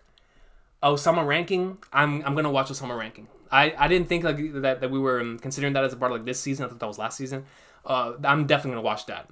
Y'all, I promise y'all, one of these days I'm going to sit down, I'm going to start it, and then I'll update y'all on because I have had so many people reach out and tell me to watch that. So I don't even know if like that's something that I want to cover on the channel or watch on my own. I don't know yet. We'll have to find out, I guess. AJ says, I will take this opportunity to wish you the best for the story you are writing. Bro, that means the world to me, man. I like when I say, like, even just this week, I had a lot of like struggle days, you know what I mean? Where it was like, man, it just wasn't clicking. And because I've had so many of those days in a row, or like within the past couple of within all this time of doing this, because I know greatness is coming at the end, it still hurts because there's nothing that hurts like having something up here and not being able to put it onto the page. But it's like, you know what you want to say, you know how you want to say it, but whenever you're on the page, you're like, man, what is going on? Why can't I get it in there? And I've had a few times, specifically this year, that it just won't work. I'll set it aside for a bit or work on something else. Excuse me, when I come back later on that day or the next day, it just comes flowing and flowing and flowing. And so thank you so much for the support, because when I see words like that and when I see stuff like that, those are the types of comments that come to my mind when I'm struggling. Because I'm like, I can't stop trying to achieve this or trying to get this to work because I have individuals like this that are supporting me. So thank you so much for that comment, man. Like, I truly appreciate that, dog. Kingdom greatness. Yo, Joe, what's good? I gotta go for a bit. Hopefully make it back in time before the stream ends. I'll leave you with one prediction. Law gets the most Wano clout and King joins him. Gonna write that down for you, my brother. Law gets the most Wano clout and King joins him. I was one to believe that King was going to join the Revolutionary Army. So, as a matter of fact, let me write that down. King joins the Rev Army. So, put that right there. Thank you, my brother, but take it easy. If I see you before the end of the stream, then I'll see you. Oh, one. Oh, I like that one. Emu has the sea fruit. Holy flagnarts. That is interesting. So, it's like the umi no mi, right? Technically, let me write that down. And Yumi Neko, you saw that? Hey, that was for Shadow. Hey, that's how much I've written that word, bro. That is how much I have written this word. Yo, that's how you know, bro. Umi fruit. The seagulls. Yo, real talk, lads, real talk. The seagulls. Beiju. Shout out to Beiju. Do you have any anime over One Piece on your list? I mean, overall, no. Like, as an overall experience, absolutely not. Like, One Piece is my absolute favorite. In terms of, like, the anime adaptation, I do have anime adaptations over One Piece's anime adaptation. But if we're talking about, like, overall, like, in combining anime and manga, the experiences, One Piece is number one. Without question. But anime adaptation wise, there are definitely a lot of other anime that I enjoy more, but I still love the One Piece anime 110%. Let me see. Will we see the Grand Fleet in Wano? I'll put that right there for you. A+ Ultra. Hey, shout out to A+ Ultra. I need to get back on My Hero, man. It's been a minute. It has been a minute. Will the Grand Fleet show up in Wano? You know something? I've gotten to the point to where I don't think the Grand Fleet are going to show up anymore. I think we have so many players in play that I believe the Grand Fleet stuff is gonna be for after Wano. Whatever big disastrous thing happens after Wano, whether it involves Sabo, whether it involves Luffy, whatever it is, that's gonna be what the Grand Fleet is gonna be on. Is gonna be the after Wano stuff, the next saga, the final saga. That's where I think the Alliance is gonna come into play. I don't think the Grand Fleet will show up in Wano at this point. I feel like we have too many players. I think there's way too many players. We're already very, very close to the end. I don't think the Grand Fleet is going to show up. I think Oda's saving that for the end game.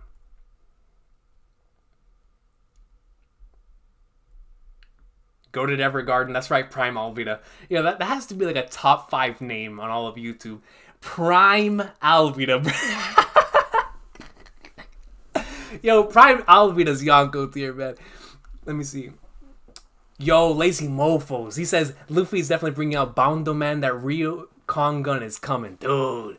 When he goes up in there and it's the King Kong gun or the Kong gun with Conqueror's coding, oh my god, bro, that's gonna hit hard. It's gonna hit hard.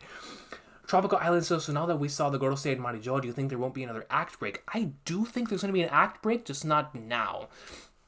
I think the act break happens after Luffy defeats Kaido or after whatever's happening right now, because Act 4 and Act 5, Act 4 could be like the Falling Resolution, and it could be very short, because, you know, Act 1 was only like 12 909, 924, so it was like 25? I'm bad at math. I think it was 25 chapters. So, 25 chapters there. So the Act 4 and Act 5 don't necessarily have to be these mammoths for acts. So Act 4 could only be like 10 chapters, and Act 5 could only be like 5 chapters. Act 5 could just be post-Wano, you know what I mean? So whatever that's going to end up being, I still believe we'll still get the act breaks. But if we don't, and this was our first insight into that okay, we're not going to get any more act breaks. But that's just what I think.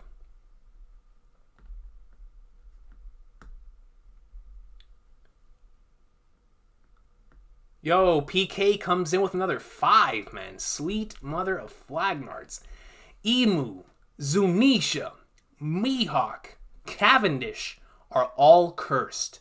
Hence the eyes. If that's the case, what was Emu cursed by? Oh my, yo, I love that. As a matter of fact, let me write that down, bro. I mean, Oda draws eyes similar. He draws eyes similar, but I like this concept. And I'll tell you why I like this concept. Just let me see. Are cursed. Hence the eyes. Give me 1 second. I need another bathroom break. I think I've been drinking too much water. I'll be right back. And I'm going to think about this while I'm using the bathroom. Holy flag.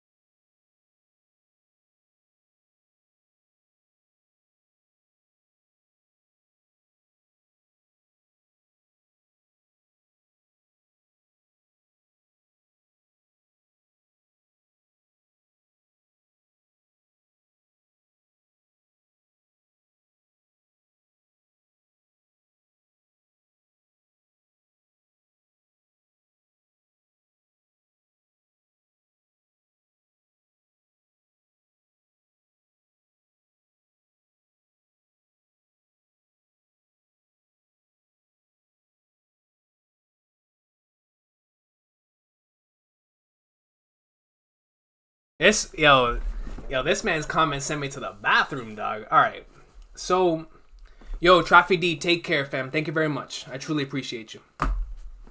Truly appreciate you for stopping by. So I want to talk about this for a second because So Mihawk is cursed by being the world's strongest. That is a curse. Like whenever you reach the pinnacle, what else is there after? That's a character arc we're currently exploring. Hajime no Ippo, Ricardo Martinez. So I can definitely see that happening with Mihawk. So Mihawk's cursed by that. We already know what Cavendish is cursed by. Now Zunisha's cursed by the punishment that he's been set on for all these years. Now we were exploring the possibilities of what that crime could be in the afterthoughts. Stuff like him, possibly being connected to like the apology letter with Joy Boy. Walking off for all of these years, potentially him even being turned into Zunisha as a punishment in and of itself, being told to go out and walk around for centuries. And I think personally that curse is going to be even more devastating when we find out the truth, because I do believe that if Joy Boy was the one who gave Zunisha that curse, he didn't mean, like in his mind, let's just say he and Zunisha were close, regardless of whether Zunisha was human or not. I think what Joy Boy wanted Zunisha to do was to be free. And so whatever happened, maybe the other individuals in their tribe or of their family were like, Zunisha needs to be outcast, needs to be shunned, whatever it is. And Joy Boy must have been like, Zunisha, go out, walk for all of eternity. But it's like, these individuals will never know if you do that. But maybe Zunisha was that type of person who, maybe whatever he did, the crime that he committed was so bad that he accepted his punishment forever. And it was like, man. So Joy Boy wanted to give him freedom. Zunisha goes off and walks for the rest of time, waiting to reach his destination, wherever his destination is. And it's like, Joy Boy didn't mean that literally. He just wanted Zunisha to be free. That's the way that I look at it. So that makes it even more tragic when you think about the fact that Joy Boy wanted Zunisha to be free and happy after this crime, but he needed to set an example for his people. Let's say Joy Boy was a king, needed to set an example for his people, so had to send Zunisha to be punished. And it's like he just wanted Zunisha to be free, but Zunisha shackled by that same crime for 1,000 years. That is tragic. That is extreme, and you cannot share that with anybody. That is like even more than Brooke, because Brooke for 50 years was alone, absolutely. But Zunisha carrying a punishment for 1,000 years? And a punishment that was never supposed to be a punishment in the first place? That would be tragic. That would be, that's Zunisha's curse. Instant Messenger Sama's curse might be on the same line as Zunisha's, but if Instant Messenger Sama has been alive since the Void Century, we're talking about an individual that's been here for at the very least 800 years, controlling the planet. Controlling what takes place in the planet. Ensuring that things go in the way that they want. Instant Messenger Sama is probably an individual, whenever we get to see them, is not going to be on, like how every One Piece character is, it's not going to be on one side of good or evil. It is a morally great character. That's like guaranteed. That is a morally great character we're going to see in Instant Messenger Sama, especially if that's the final antagonist, or at the very least the final individual that we have to, overcome. Maybe not. Maybe we don't fight Instant Messenger Sama, but we fight Instant Messenger Sama's ideals. King versus king. Luffy being the king, Instant Messenger Sama being the king. So we fight Instant Messenger Sama's underlings, Akainu, Gorosei, whatever it is, right? But Instant Messenger Sama's curse has to be that, having to rule over the planet and ensure that things go the way that you think it needs to go. Whether this is a burden given to him by somebody else, or something that he was given by somebody else, or something that he himself wanted to do, this has to take a toll on you after all these years. It has to take a toll on you. So I feel like that it's going to be a different take rather than Mihawk. Mihawk, of course, reaching the pinnacle of his craft is a curse, because you feel like you can no longer go even higher. So it's like there's either boredom after that, or it's like a search for somebody else who can take that from you to give you that chase. That's why Mihawk in chapter 956 was so hyped when they were chasing him. Like, it's been a while since I've been chased. But in this Messenger Sama's case, it's different. It's an individual who has been at king status for so many years, having to rule over as this godly figure, with no one else to share that burden with no one else to speak on certain things with, carrying certain things from from their timeline all these years ago. That is Instant Messenger Sama's curse. And so if the eyes is an indication to this curse thing, then PK, I gotta give it to you. I love that. I actually really, really love that, man. That is fire. That's really, really cool.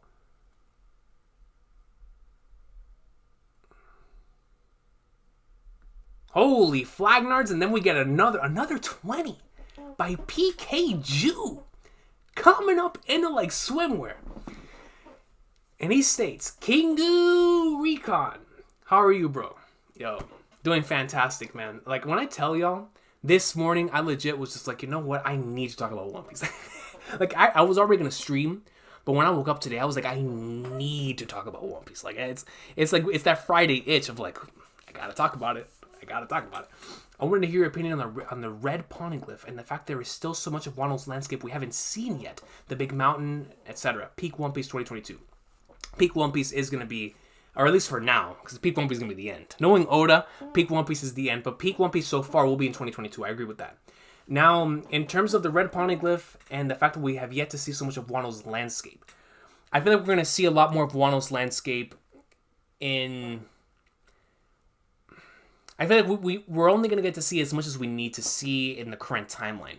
If there's any point or any part of this island that Oda wants us to see that we have not seen already, then we're going to explore that in Kaido's flashback and whenever we get to see Wano 800 years ago at the end of this arc, which I think is going to happen. So when we get that, we'll get the rest of the parts of the island that Oda wants to show us, whatever parts those may be, whether it be on Onigashima or on Wano. We'll see those parts when the time comes. But for other unexplored areas, if Oda's not showing them to us, then we don't have to see them. It's kind of like when we think back to other islands, there was certain sections maybe that we never got to see, but I feel like we still got so much of that world that, that didn't matter if we didn't see like a certain other part of it. So like you said, if we do explore that massive mountain, what's on the other side, we might see that in Kaido's flashback or in like the rest of like when we look at the 800 years ago stuff and stuff like that. So I feel like that's whenever we'll get that if Oda wants to give us that. If not, then it is what it is. I feel like we've seen a lot of Wano. We've seen a majority of what it is. It's probably going to be more of the same, you know, especially in comparison. That's why I really like Odin's flashback in regards to Wano, because we got to see how it was when he was born and how he grew up in Wano and the difference to how it is now and after Orochi and Kaido took over. So we'll see if we do get to that. But in regards to the road poneglyph, it's gonna, I mean, obviously the road poneglyph is gonna be very important whenever we get to see it. But I think the information that's gonna be on there, the one that's here, it's like flag knives. Because I think there's two, right? There's two different poneglyphs. There's the one that Brooke was talking about at the beginning of this arc. And then now we're going to have the road poneglyph, which I believe is different. So we're going to have two poneglyphs to look at. One of them is going to have this Zunisha and Joy Boy stuff. It has to. If not, it's going to have something related to Nika. Or if Nika wasn't a part of Joy Boy's time, it's going to have something about Joy Boy, 110%. Because Kaido had to have seen it. Kaido saw the Joy Boy stuff. Now, I don't know if Kaido has the voice of all things, but if he does, that would explain how he saw this Joy Boy thing, right? And how he knows that Luffy's not Joy Boy. So potentially that one of those poneglyphs has that thing for Joy Boy, and then the other one, of course, can give us the next portion of the map that we need to get to the One Piece. But regardless, the poneglyphs, I can't wait. Because, dude, this is where the poneglyphs were born. This is where the Kozuki clan came up with the concept for poneglyphs. So we need to get something huge from this poneglyph. But PK Jew, thank you so much for that, man. Truly appreciate you. Let's see. Year of the Tigers, CKK will happen. Year of the Tiger, baby. Year of the Tiger. Gear 4th Tiger Man. Coming up in like swimwear. Let's see. Yo, Vortex, what's good, man? What's good? Dang Goku, what's good? Eddie G, my first stream with you. Good morning, y'all. Yo, good morning, my man. It's good. Glad to have you here. Weevil could be exciting. Yo, Weevil. That's definitely something. Spollywood says, I think Marco will still be run just because we know Weevil is still looking for him. So a conversation between Weevil, actually, let me write that down, Spollywood, real quick for you.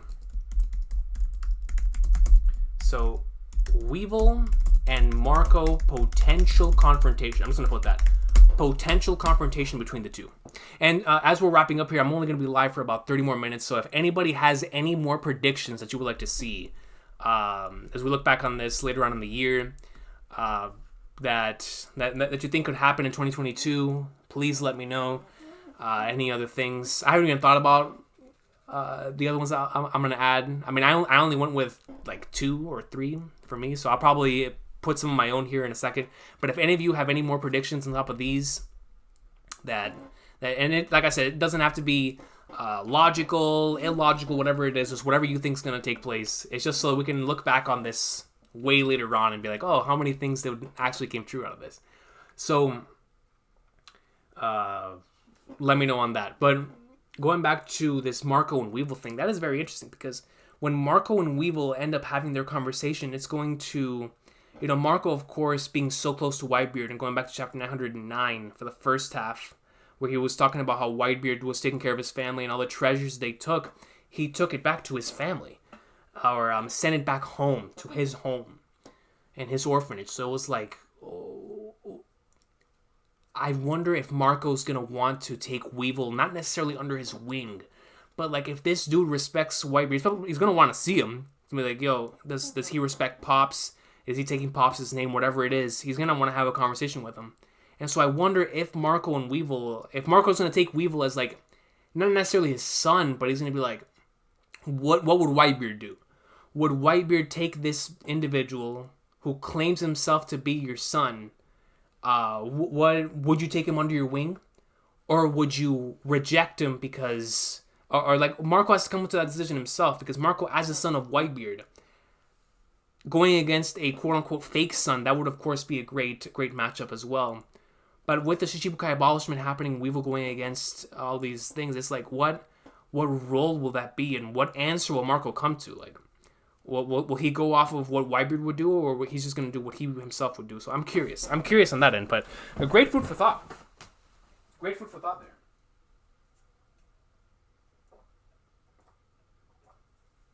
there. So I'm going to add a few more right here. Let me see. The borders open, of course. We're going to see that. I fully expect Luffy to defeat Kaido and for all of Onigashima and the Flower Capital to see it. 100%. I'm going to go ahead and add it. New Gear 4th form. And Joy Boy conversation, where Luffy rejects the title of Joy Boy.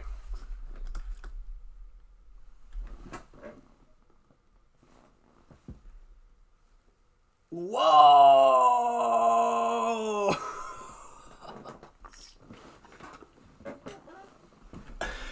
Hold up! Okay, all right, hold up. Hold up, man.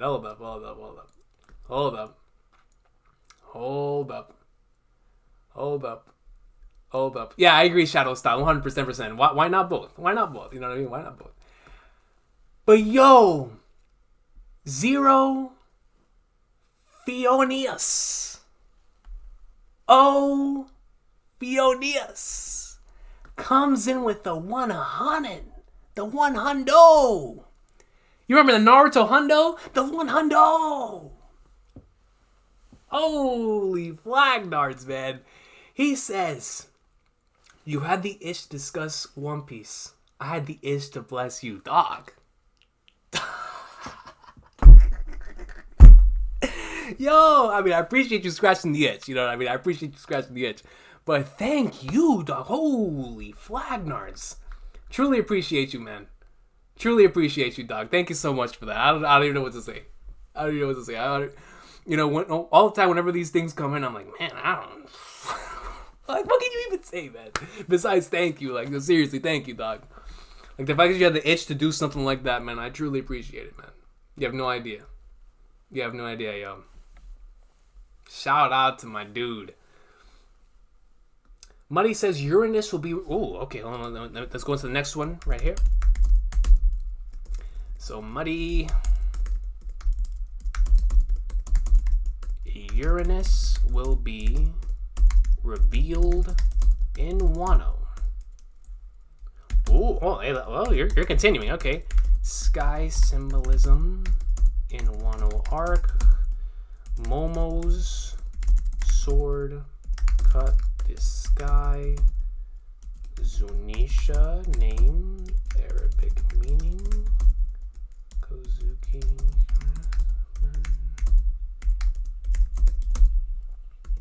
Interesting. All right. We'll be in like swimwear. I like that. So Reg One Piece right here says, very interesting. So this is interesting. This is going into the SSG stuff, right? So Sentomaru versus Luffy post Wano. Very interesting. I actually like that idea. I like the idea of Sentomaru still being in charge of the pacifistas concept with the SSG. I definitely like that. 110%. Let's see. We finally see Green Bull. Absolutely. Another Green Bull one right here. Green Bull. Geo is on the same thing as me. Shanks meet Luffy on the end of Wano. Absolutely. Whoa! Okay, alright. So this one's wild. This one's wild. This is coming from DSAC. I don't know if I should say your name like individual letters or whatnot, but regardless. It says Zunisha, former Gorosei. Holy flagnarts. I don't even... Hey, can you imagine that being a punishment? Oh my god. Bro, can you... Just imagine the possibility of... Let's just say there were originally 6. There were originally 6 under Instant Messenger Sama. Now... If Zunisha is a former member of the Gorosei, then could you imagine, let's just go back to that concept of one of the Gorosei members coming to Wano. Just imagine a scenario where he has a conversation with Zunisha and is like, yo, brother, why did you betray us? And you're like, wow! And it will lead us down that route. Like, damn, these individuals spent all this time, all of these years, punishing this dude. That would show that would show Instant Messenger Sama's ruthlessness. I've never heard that before. That's kind of wild. I like that. That's a wild theory, man. That's a wild theory. Ooh, Mr. DJ says Boa Hancock. Now, I love this. Boa Hancock comes to Wano to see Luffy. I'm down for that, Mr. DJ. I'm down for that. Holy flagnarts. Okay, so Shadow Style right here says 369 ZKK 2022. Yep, and Tigerman. Got you, my good man. Let's see. Oda's editor said ending of Wano will be unexpected. Definitely. Ankles will continue to be shattered. Blackbeard appears in Wano. I believe that one was already written up here. I mean, I've already been writing double anyway, but Blackbeard. Regardless, I'll just write it down again. Oh, speaking of Blackbeard, let me write that down. Let me write this one down from Michael Mickles, who said Lafitte, because I remember this from the afterthoughts. It was like Lafitte hypnotized Zunisha, and the pirates are currently on Zunisha. Yo, when I heard this, I was losing my mind. I was like, what? Can you imagine that? So, I'm going to have that one too.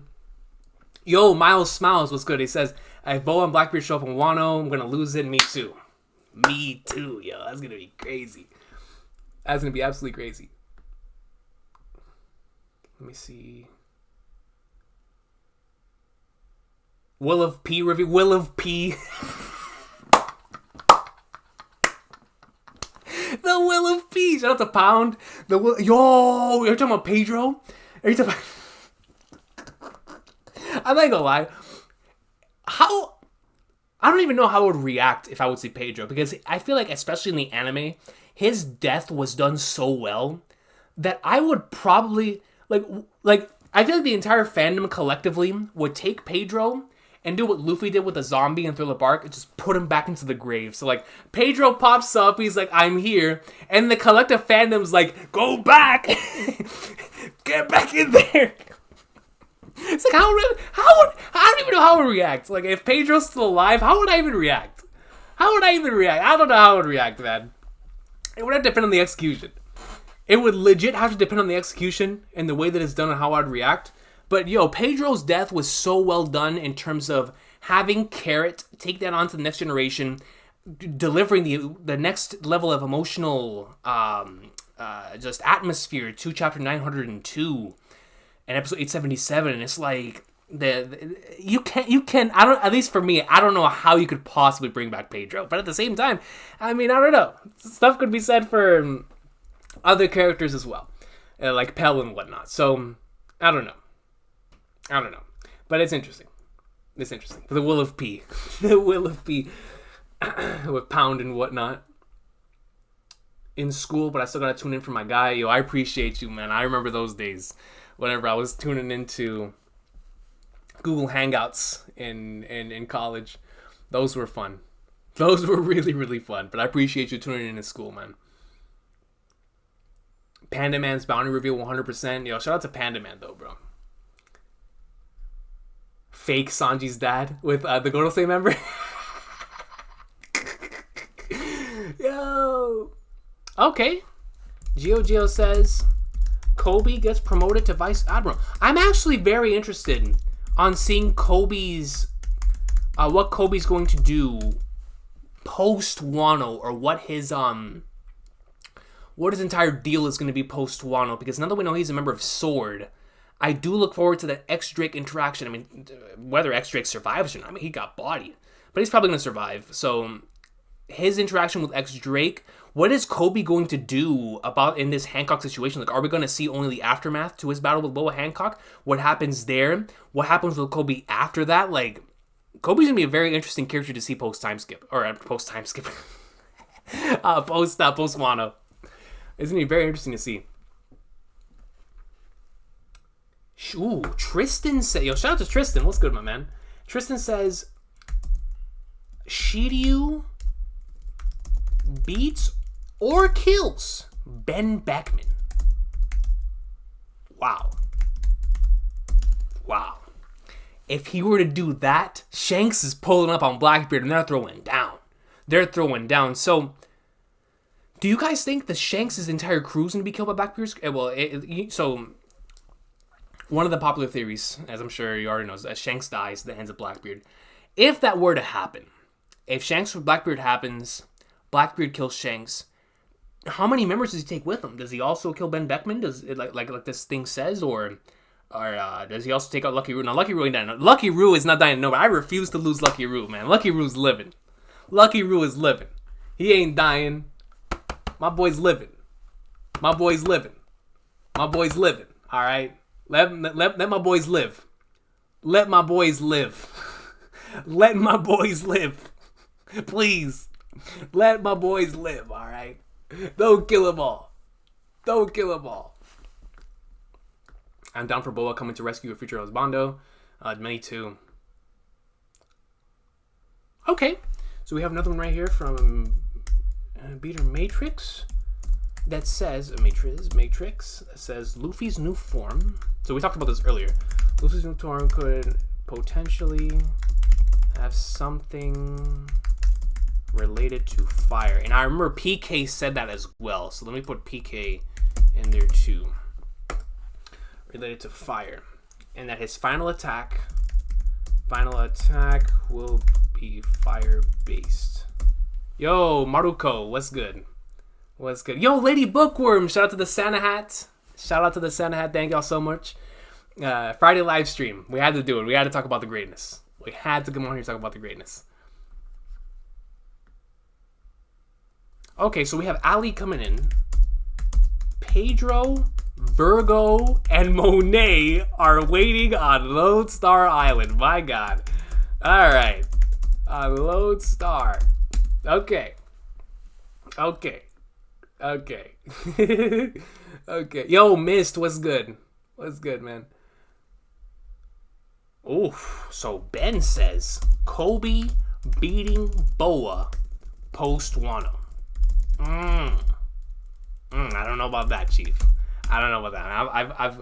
I remember I had this conversation with Jay the other day, JD, where I believe it was on their podcast, and And we're talking about like Boa Hancock versus Kobe. And listen, man, I love me some Kobe, and I think by the end of the series he'll most certainly be on the level. But right now, do we really think he's bodying Boa Hancock? I mean, I don't know. I don't know about y'all. I don't know about y'all. Yo, listen, man, Boa Hancock is nasty.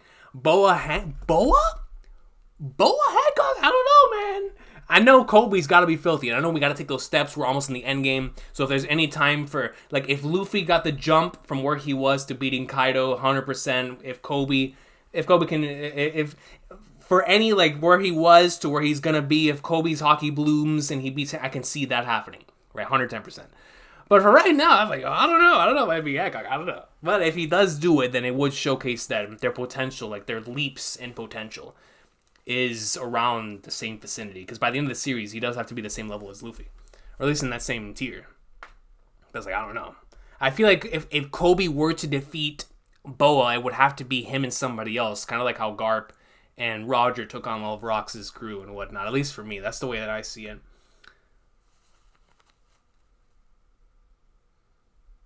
Okay, so Maruko right here says that Onigashima will be moved above Zunisha. Interesting. Very, very interesting. Yasop and Usopp reunion is needed. I agree, OTB podcast. I agree 110%. Yeah, Matty Wolf, I'm right there with you. Like, I hope if any of them do die, I hope it's just Shanks, because of course Shanks' death would lead on not only to a new generation, but for Luffy and the next stage in his character and whatnot. So if anything, I don't even want Shanks to die because I love Shanks. But if anything were to die, it would let it just be Shanks. Like, don't let any of my other boys die.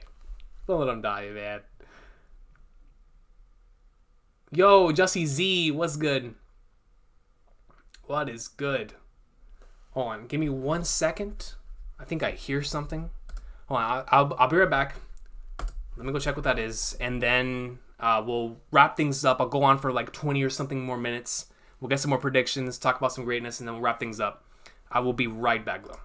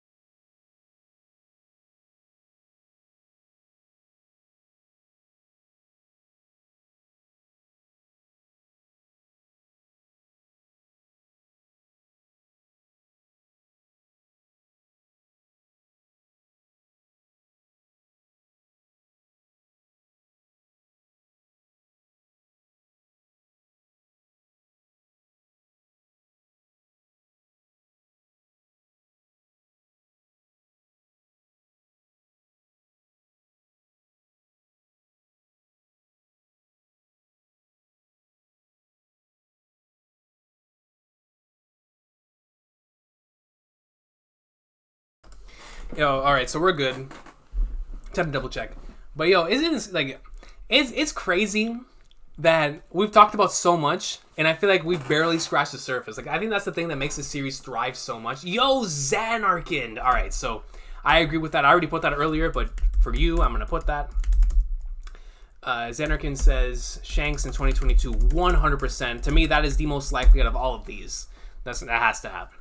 But it's incredible to me that like all of us, like, can listen to stuff, hear stuff, talk about it, and it like never stops being exciting. Like, I think that's one of the reasons why this series is so successful, is that it gives us opportunities to talk like this for endless amounts of time, and it's like we never get tired of it. It's crazy. All right, let's take a look here and see what y'all got. Coach got observation hockey. Hearing some stuff. Let's see. Made it back in time. Let's go, yo. Welcome back. Welcome back, Joe. Welcome back. Let's see.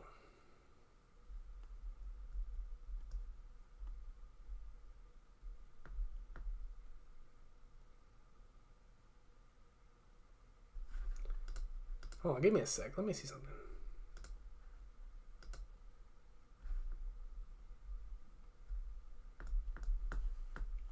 All right, I think I have it right again. I messed up a bit. All right, we're back. That was weird. All right, we're back. Oh, here we go. Here we go. Okay, ooh, I like this one. I like this one. So Dom D comes in and says Garp and Dragon interaction in 2022. I think, let's just say whatever Garp was talking about to Shirahoshi and them, he also needs to have a conversation with Dragon about it. Or Dragon intercepts him out in the sea, or whatever it is. They just find each other out in the sea. If one of them were to die near the end of the series, then they would need to have an interaction before then. So I can most certainly see that being the case. That would actually be really, really cool. Really, really cool. I'm down for that. Yo, shout out to Niles saying like the stream. Absolutely, y'all like the stream. I would definitely appreciate that.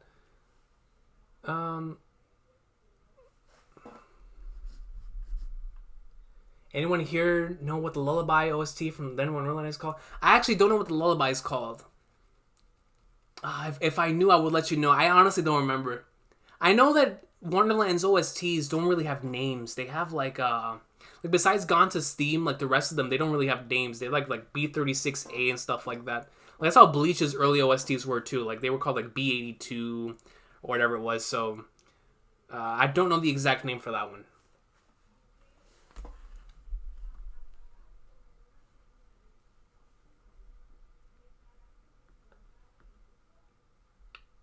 Okay, so this is interesting. This is extremely interesting. So we have right here Zoro. So Vash comes in. Zoro gives Enma to Momo. Gives Enma to Momo at the end of Wano. Okay, so interesting. Now, I know this is a possibility. I just feel like at this point in time, Zoro made that sword his. You know what I mean? Like, Enma and he have now established that connection. Unless Zoro is going to get another sword after all of this. But it feels like the blades that he has, especially after 1033, I feel like 1033 kind of solidified it in my mind. These are going to be the 3 blades that he's going to have whenever he faces Mihawk. Because now he's already established a connection with 2 of these blades. Right, he's been with them for so long. We see why those blades mean to him, so much so that he prioritized those blades over his own life. Really beautiful scene.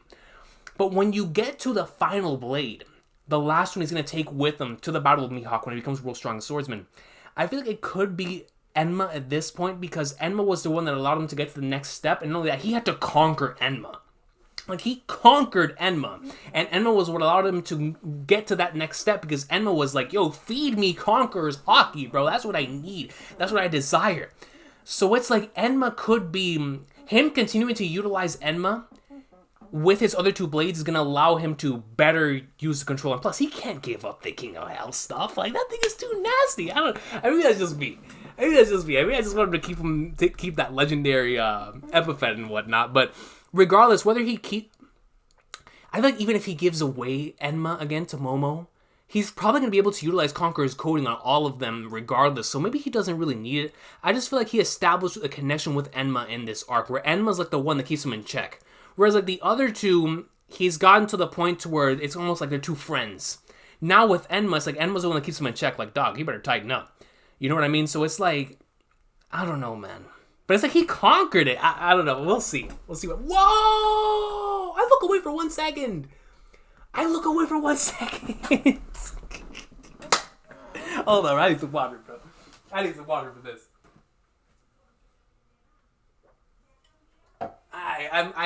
Yo. Hold up, coach. Okay. So we have 2 right here. Here we have this dude's a legend right here, man. Yo, we have Zero Phionius, or Ophionius, coming up in like swimwear with another super chat, a 50. This man has the one. This man has the 1 and the 50. This is nuts. My prediction: we get to see 1 or more of the 5 elders in action or combat. Oh, so you're on my trade for from the afterthoughts. Okay, so I'm gonna put that for you right here, my brother. This man says we will get to see 1 or more of the 5 elders in action / combat in 2022. Dog, even if it's not in Wano, even if he does not come Nintendo pain stuff, now the world shall know pain, even if he doesn't do that, if we just get to see them do something, if I get to see Sanji's dad, or Sanji's fake dad, Gandhi, I don't know, one of them, I was just going up in like swimwear. I don't know, the Gonfall looking dude. I don't know, man. If we just get to see one of them do something, a Soru, a Rokugan, or like, I don't know, man, something, a Kamehameha for God's sakes. I don't know. Whatever they end up doing. Because we've been wondering, like, are the Gorosei nasty? Are they filthy? Or are they just talking figures? Are they just figureheads? After Instant Messenger Sama was introduced, I was like, they can't just be figureheads because the figurehead is the one they're protecting. So the Gorosei have to be like the top 5 like individuals to protect that figurehead. So they're like CP negative, right? Like these are the individuals ruling everything. So it's like, yo, these individuals have to be they have to be nasty. They have to be so nasty, it's not even fair. So because if not, everybody would just run the game on them. And the admirals are filthy too, 110%. I'm definitely admirals are filthy. I was half joking, half being serious in that Akainu video, because Akainu definitely needs more respect in our community. There's no doubt about that. The Akainu disrespect is real. But in regards to the members of the Gorosei, I would not be surprised if Gorosei members, each and every single one of them is on that level. Because when you have to protect the individual that's at the very highest, you've got to be nasty, man. If that is your role, is to ensure, I don't care if the Gorosei are 800 years old or if they're 80 years old or whatever they are filthy. Old dudes in fiction are filthy. Old dudes in One Piece are super filthy. So the Gorosei, man, they've got to be nasty. I don't know what they're proficient in. I don't know if they're each proficient in each individual thing. I don't know if Gandhi has like a black blade, or if one of them has, I don't know, man. If one of them has a fruit, or if one of them has Conqueror's coding to the, I don't know. But what I can tell you is they're nasty.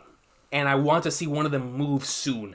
And that's why when I saw that page at the end of this week's chapter, I was like, holy flagnards. And I know there was different interpretations, like, no, that was just a transition page, and it most certainly can be the case. But if one of the members is coming, it's like, oh, hold up. And even, like I said, even if they're not coming directly to Wano, if we do see one of them move this year, and whatever she performed, let's say Dragon goes up to the Marijoa, like we've been talking about, and one of the members of the Gorosei is like moves. He just tries them. He just goes up to him like, whooshunk, and Soru's over to him. They clash, whatever it is. I'm gonna see both of their hockey. Oh, just give me that.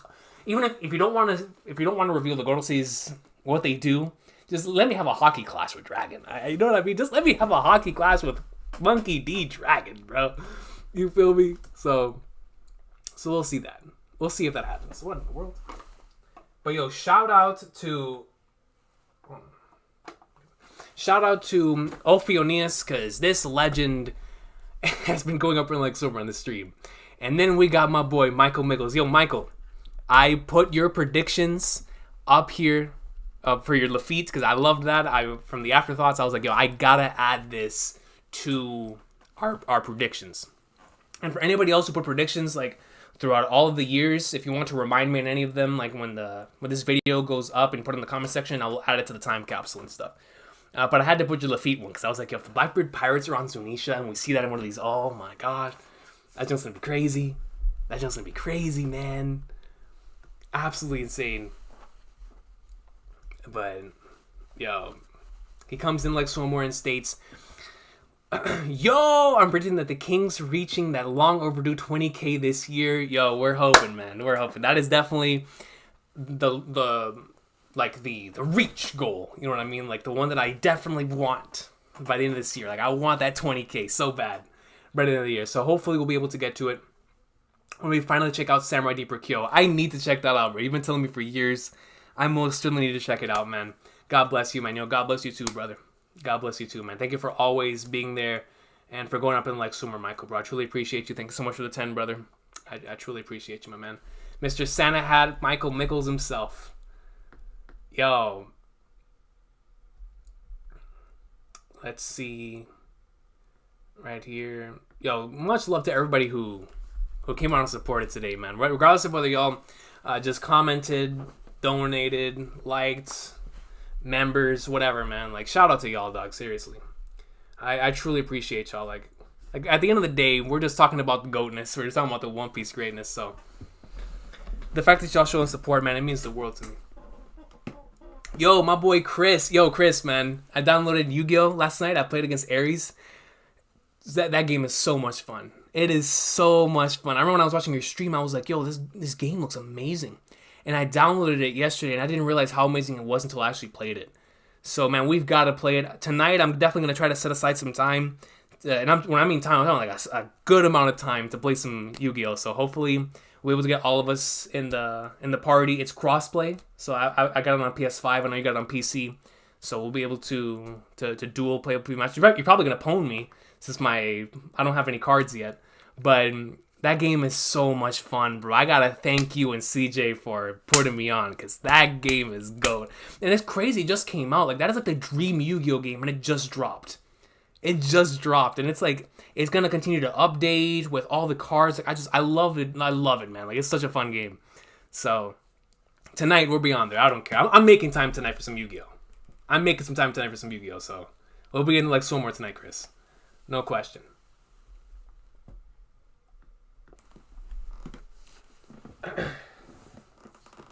Luffy's gonna use full body Conqueror's coding. Let me write that down from my boy Geo. Oops, went too far.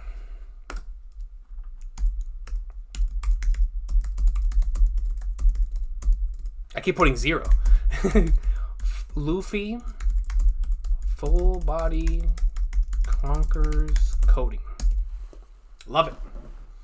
Love it. Because let's just say if we're to see Luffy utilizing like a Virgo, I mean, I don't think he would do like a Virgo full on armament hockey, you know what I mean, like beefing up and whatnot. But it would be interesting to see what Conqueror's coding will look like when it's in covering your entire body. So, excuse me, I feel like that's kind of like what Gear Force would have to be, right? Like whenever you go into Gear Force Bound, man, and you're covering yourself in Conqueror's coding, it would kind of be that. It would be your full body Conqueror's coding, where all of your attacks are not only encased in that, but even your defense, your durability, all of it is based on your Conqueror's coding. We got to see that in Zoro versus King, where Zoro was using Conqueror's coding to defend himself against King. So we got to definitely gonna see that with Luffy. No, 110%.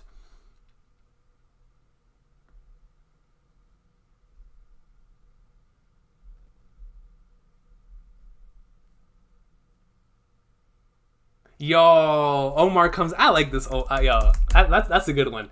He says, not canon, but Rockstar will be a guest on the Sunny in the new movie. I love that theory.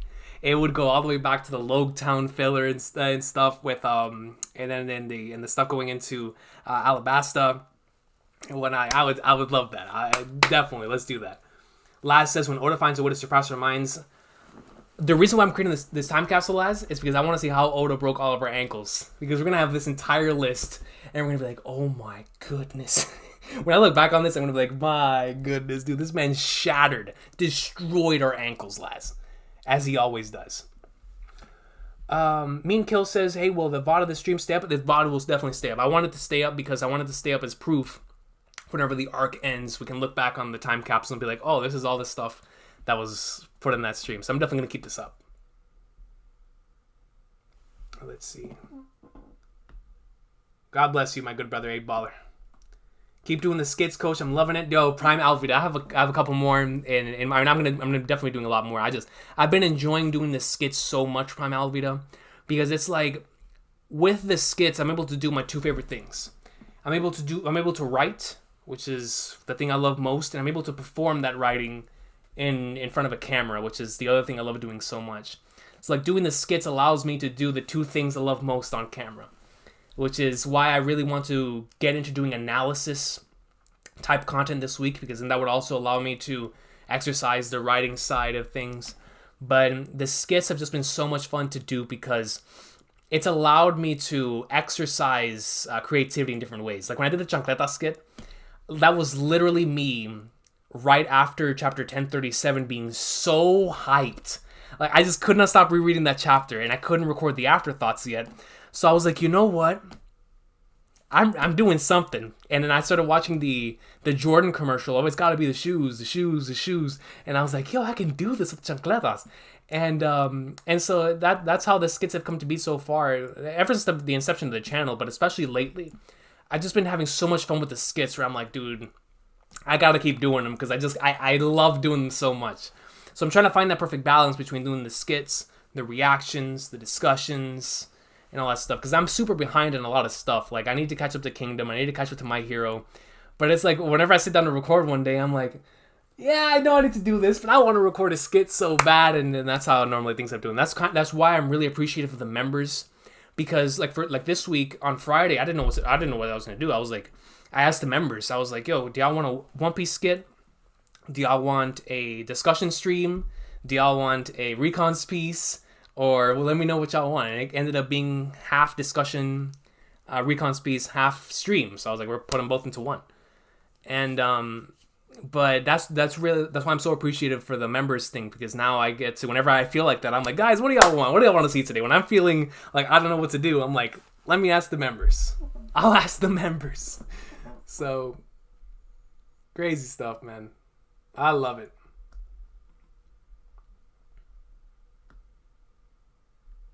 Okay, so Muddy has a full-blown prediction.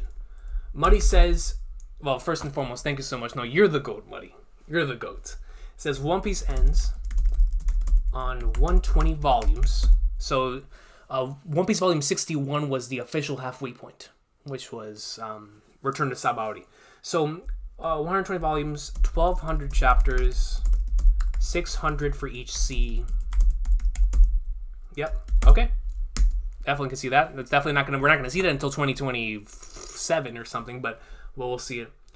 It's the same thing I told my brother. I came into his room with tears saying I'm so happy because it's like a dream come true, bro. The game really is a dream come true, Chris. Like, it really is amazing, man.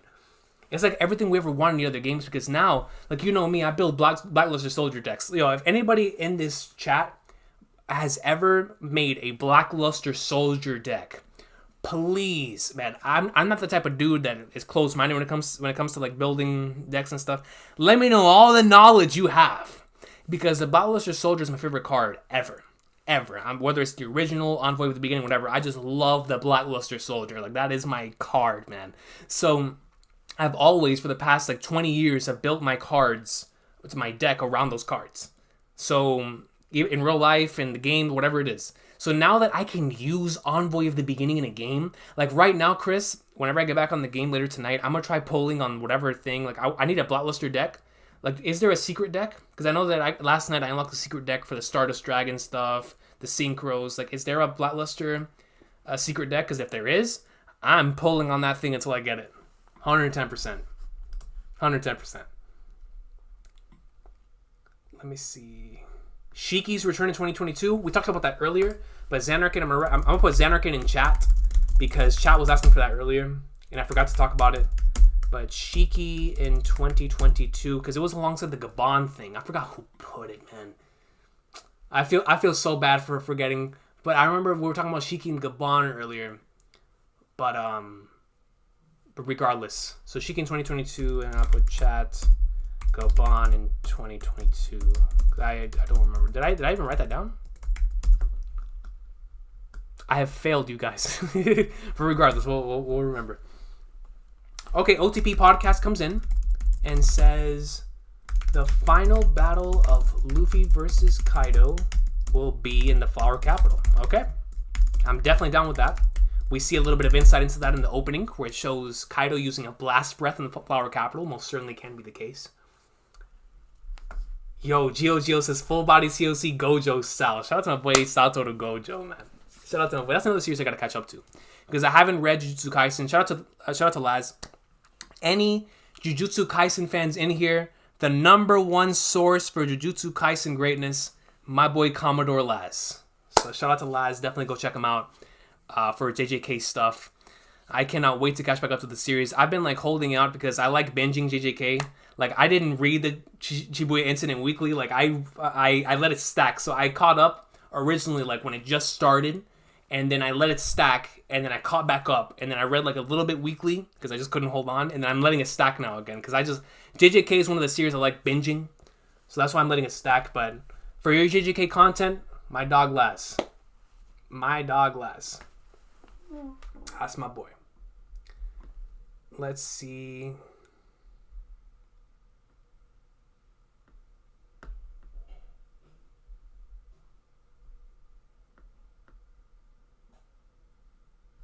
I got you, Mist.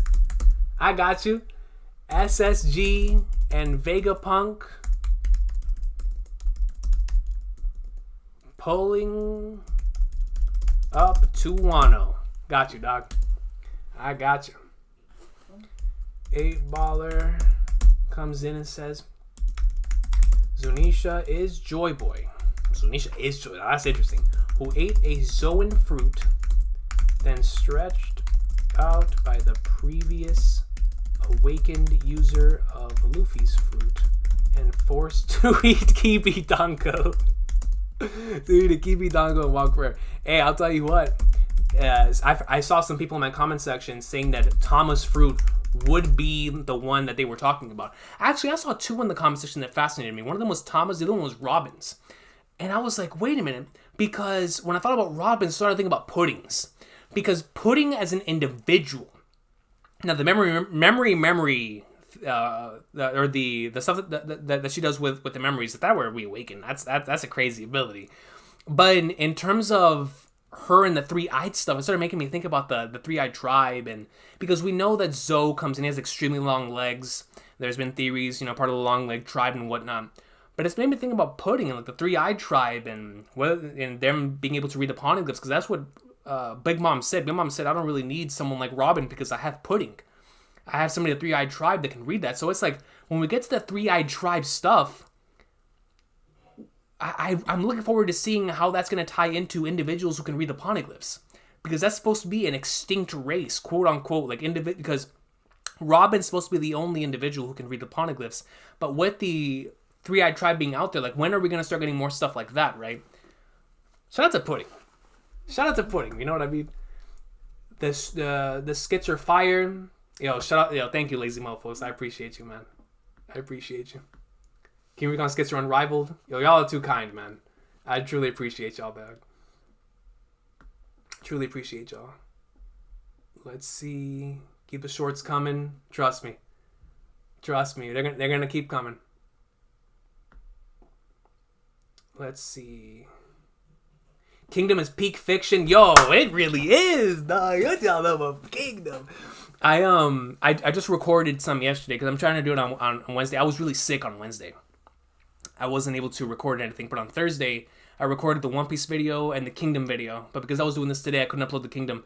So I think I'm going to do another recording. So I recorded some Kingdom yesterday, and I think I'm going to record some more on top of that and upload that next Wednesday. Because I want like Kingdom Wednesdays to be a thing again. So I'm going to, however many chapters I end up reading, I'm going to upload that in like one massive video on Wednesday, next Wednesday. So I already recorded what I recorded yesterday, which I was having a lot of fun. And then, whenever I get another opportunity to read, I'll probably put those together and upload that on Wednesday. But Kingdom is greatness, man. Like I think what makes Kingdom so special is that it gives me the vibes that like so many different series gives me, but in its own unique type of way. And as somebody who really loves historical fiction, like it's one of the reasons why I love Steel Ball Run, because Steel Ball Run takes historical fiction to like the next level, Rocky's genius mindset, and like Kingdom does that, but with a part of history that I've never really done much research on. Like my brother knows a lot about that type of stuff, so I can have a conversation with him about that. But me personally, I've never done much research on China back in those times. So reading Kingdom has allowed me a fictional representation, like an idea of what took place in that point in time. So it's been a lot of fun, and I love the Heishin unit, those characters, the arcs, the hype, the emotional moments. I love that series. Such a great series.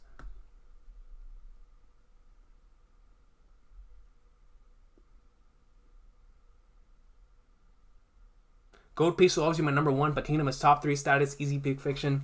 Absolute greatness, my man. Absolute greatness. But I'm right there with you. It's going to be hard to take One Piece out of the number one spot. And you know something Gintama actually did for quite some time. Like Gintama in its peak, whenever like One Piece was like we were in Dressrosa, going into Zou, like the only time that I was like, man, like I don't know anymore, was when I was reading the Final Four, specifically the first 2 or 3 of the Final 4 arcs of Gintama. When I was reading that, I was like, dog, this is legendary. Like yo, Gintama was in its bag, man. I mean, Gintama's always in its bag. That's Hideaki Sarachi, but especially during that time, that junk was hitting different, bro. I was like, yo, One Piece and Gintama are just going up in like somewhere. Shout out to Gintama. So Joe comes in and says, Luffy knocks Kaido into the sky and wish... Oh, yeah, let me write this down for my boy Joe. Luffy knocks Kaido into the sky and the wish lanterns. So Box to Loose told me about the wish lanterns, and I like this theory.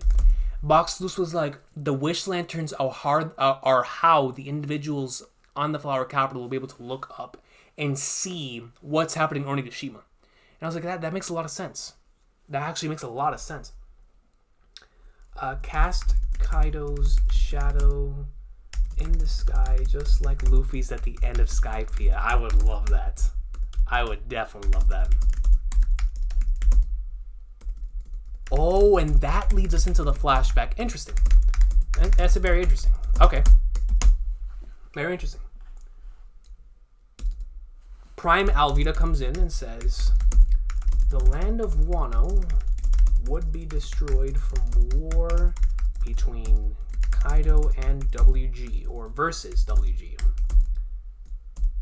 Everyone within Wano will flee with Zunisha, including the Straw Hats. Alright, wow.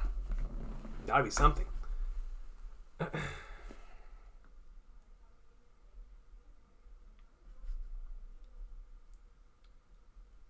I hope Tama's able to free Zunisha. I'm gonna write that down, even though you didn't write that like as a... I like that. Like, Tama freeing Zunisha. I'm just gonna put that as a theory up here. Because, like, can you imagine that? Like, it just takes one Kibi Dango to free him from all these years of imprisonment? Wow. Joe says, on the 3-eye subject, we may get Killer's 3-eye reveal very, very soon. Absolutely. Absolutely. Which is kind of cool. Killer. Hold on, I actually just processed that. Killer. Yo, hold up, Joe, talk to me. Talk to me. I know we've spoken about this before, but talk to me. Talk to me, Joe. Whether it's here or in the future. Whether it's me or in the future, like, yo, talk to me. Talk to me. Talk to me.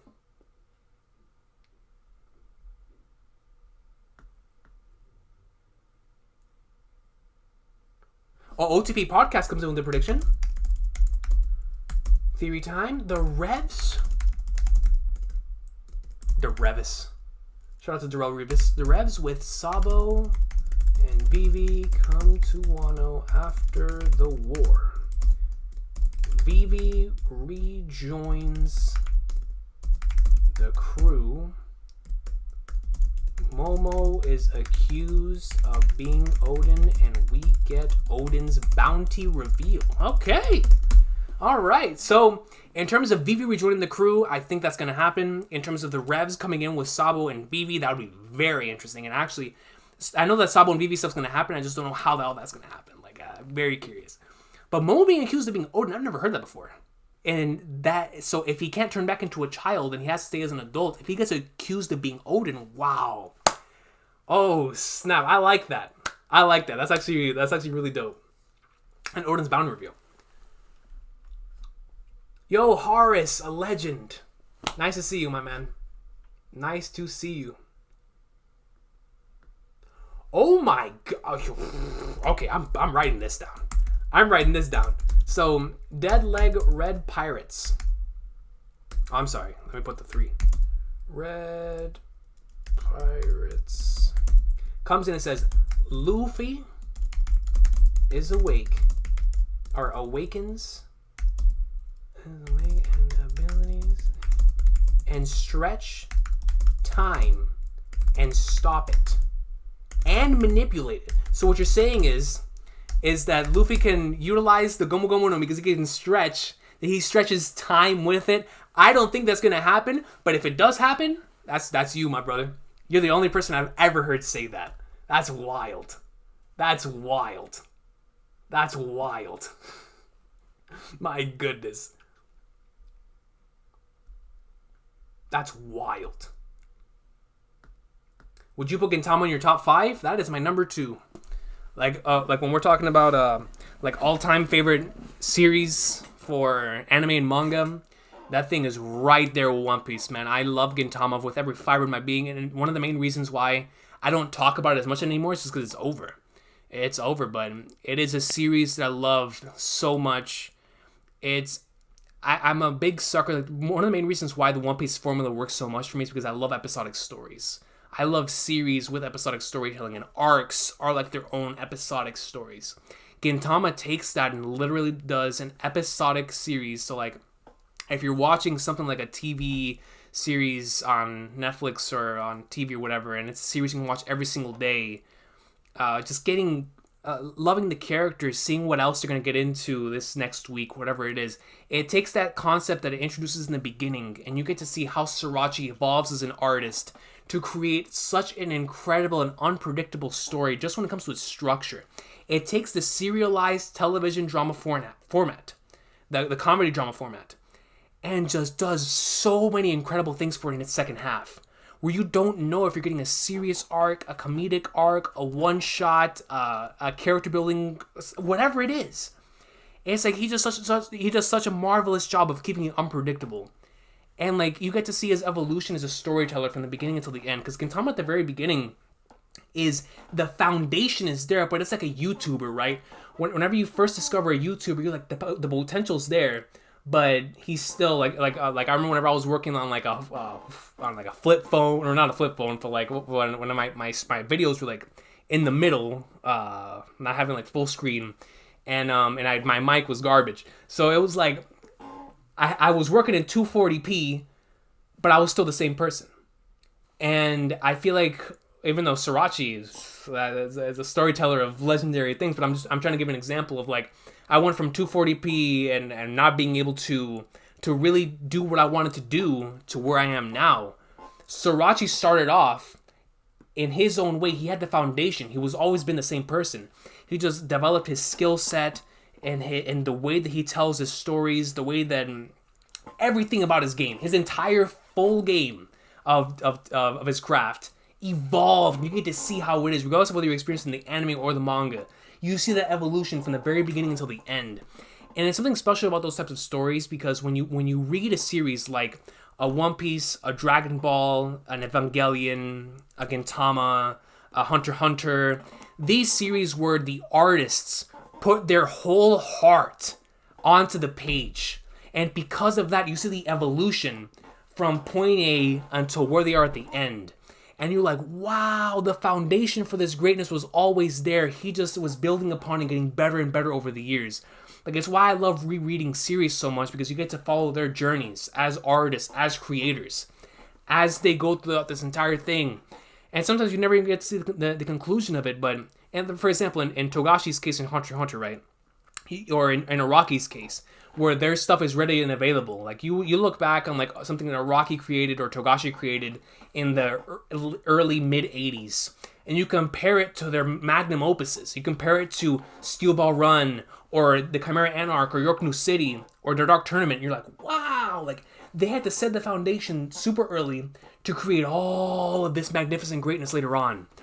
And that's the type of stuff that makes the Gintama experience so special, because I feel like out of all the series, because it's so long, you get to see his true artistic evolution and his art and it's writing all of that from the very beginning of the story until the end, and it's super dope. So if you like stuff like that, then Gintama got you covered. Gintama got you covered. Let's see.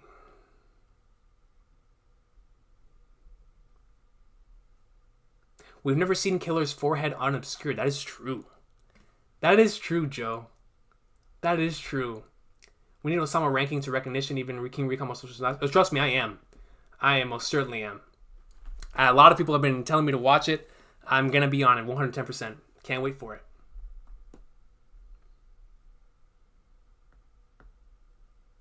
Berserk is goated, one of the all-time goats. That's another series like the ones that I was just talking about, where you, at the very beginning in the Black Swordsman arc, you can see the foundation being put there for Berserk.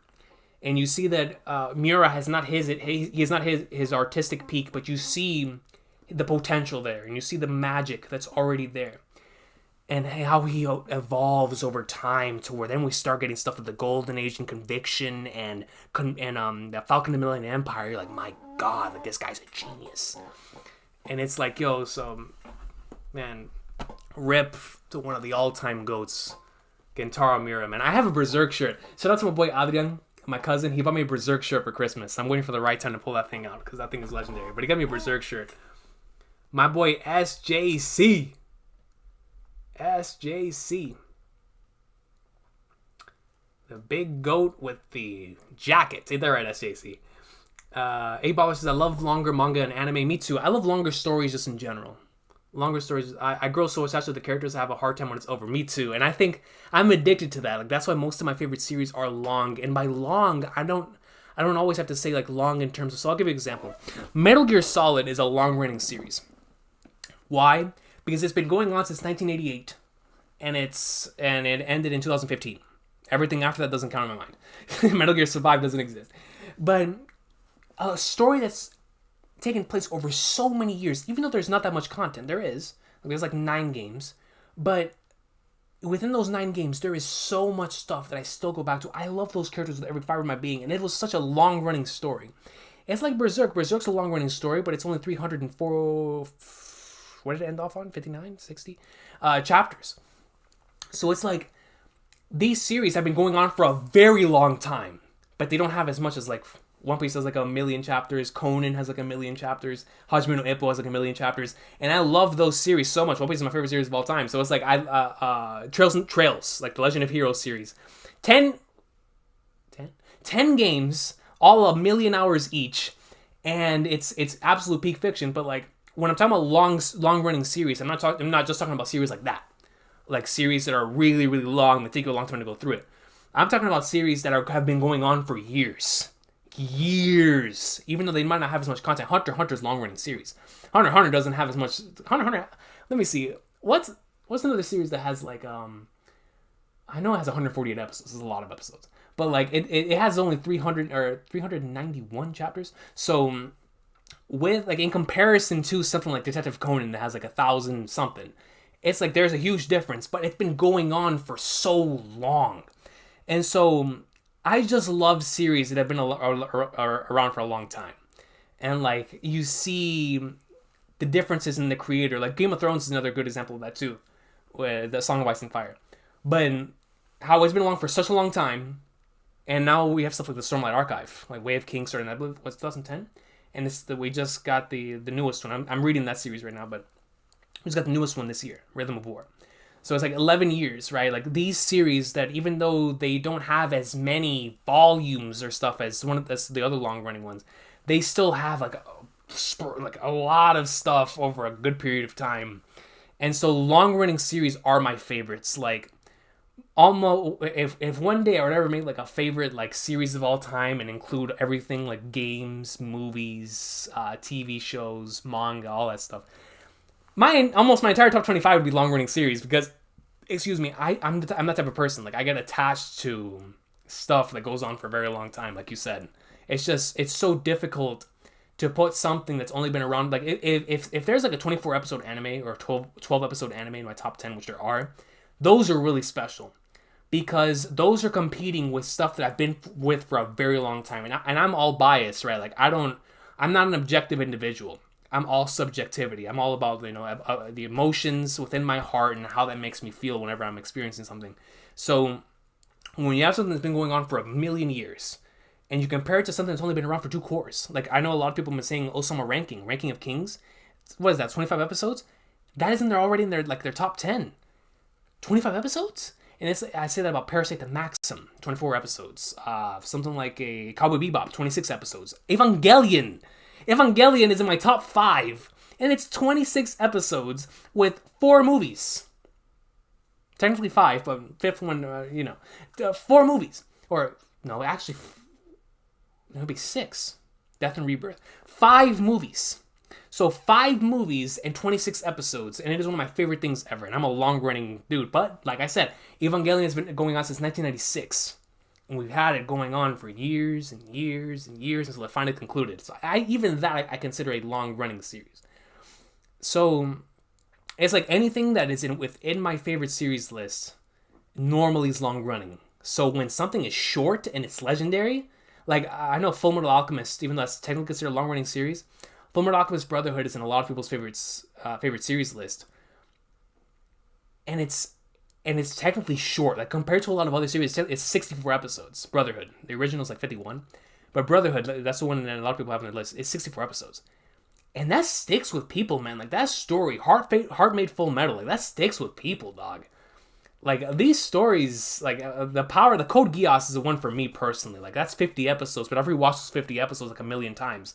So it's like, I love that series so much. I love that series and those characters as much as I love like the Naruto characters. And I've been with Naruto for 16 years. You know what I mean? Like when a series is able to have have that same type of impact on you that a series you've been with for a very long time has on you, that's special. That's really, really special. So shout out to short series that are able to really hit you, or like a movie that sticks with you, whatever it is, stuff that's really short that sticks with you, because normally long-running series have that advantage. That's why it's so hard for me to get rid of my bias when it comes to stuff like Naruto, Bleach, and One Piece, and Dragon Ball, and Hakusho, and all that stuff, because I've been with it for a majority of my life. So it's like, it's hard for me to compare Naruto with something like, I don't know,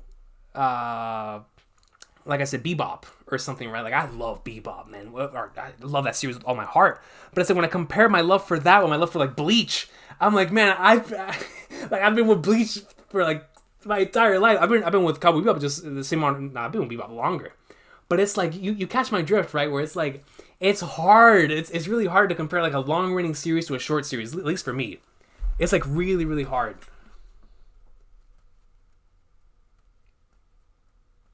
Let's see.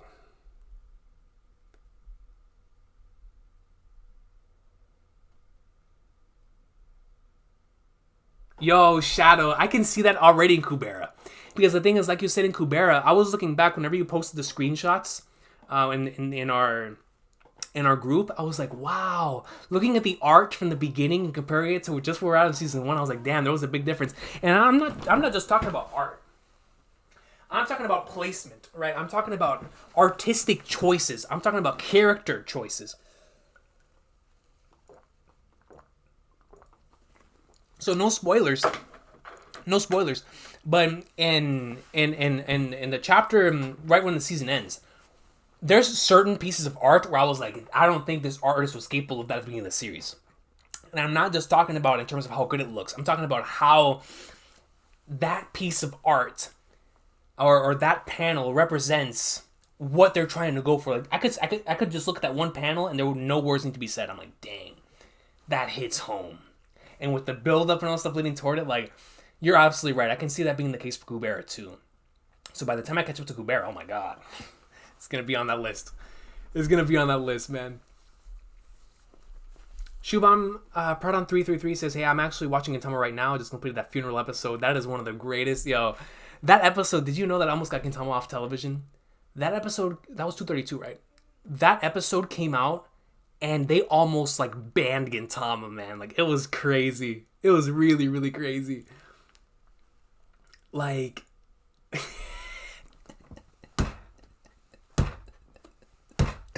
Yo, I remember when episode you'll get to it soon, but there's an episode in the Gintama 2015 series. When that episode came out, it caused such a huge ruckus because I'm not gonna say it. I don't want you to get spoiled. You'll see it when you see it. But after you watch that episode, because you'll probably know what I'm talking about, I want you to go up and look up a comparison between the real life thing and Gintama. My God, dude, Sorachi's insane. And then Sunrise, Bandai Namco Pictures, they're just as crazy as Sorachi for actually allowing them to air it. You know what I mean? Like, man. Yo, the Wolf, man. That's a good brother right there, man. Shout out to my boy, the Wolf, man. PK Juice says, have you read Vagabond? I have read Vagabond. And it's a marvelous story. I haven't read it since I was in college, so I need to give it another reread. It's, because at that time, I read all three. When I was my first go around in college, I read Real, Vagabond, and Slam Dunk. Real was my favorite of those three for a long time, because I personally connected with the story in Real. That was one of my favorite sports stories for a long time, and it still is. Slam Dunk has really reached me from a nostalgia standpoint.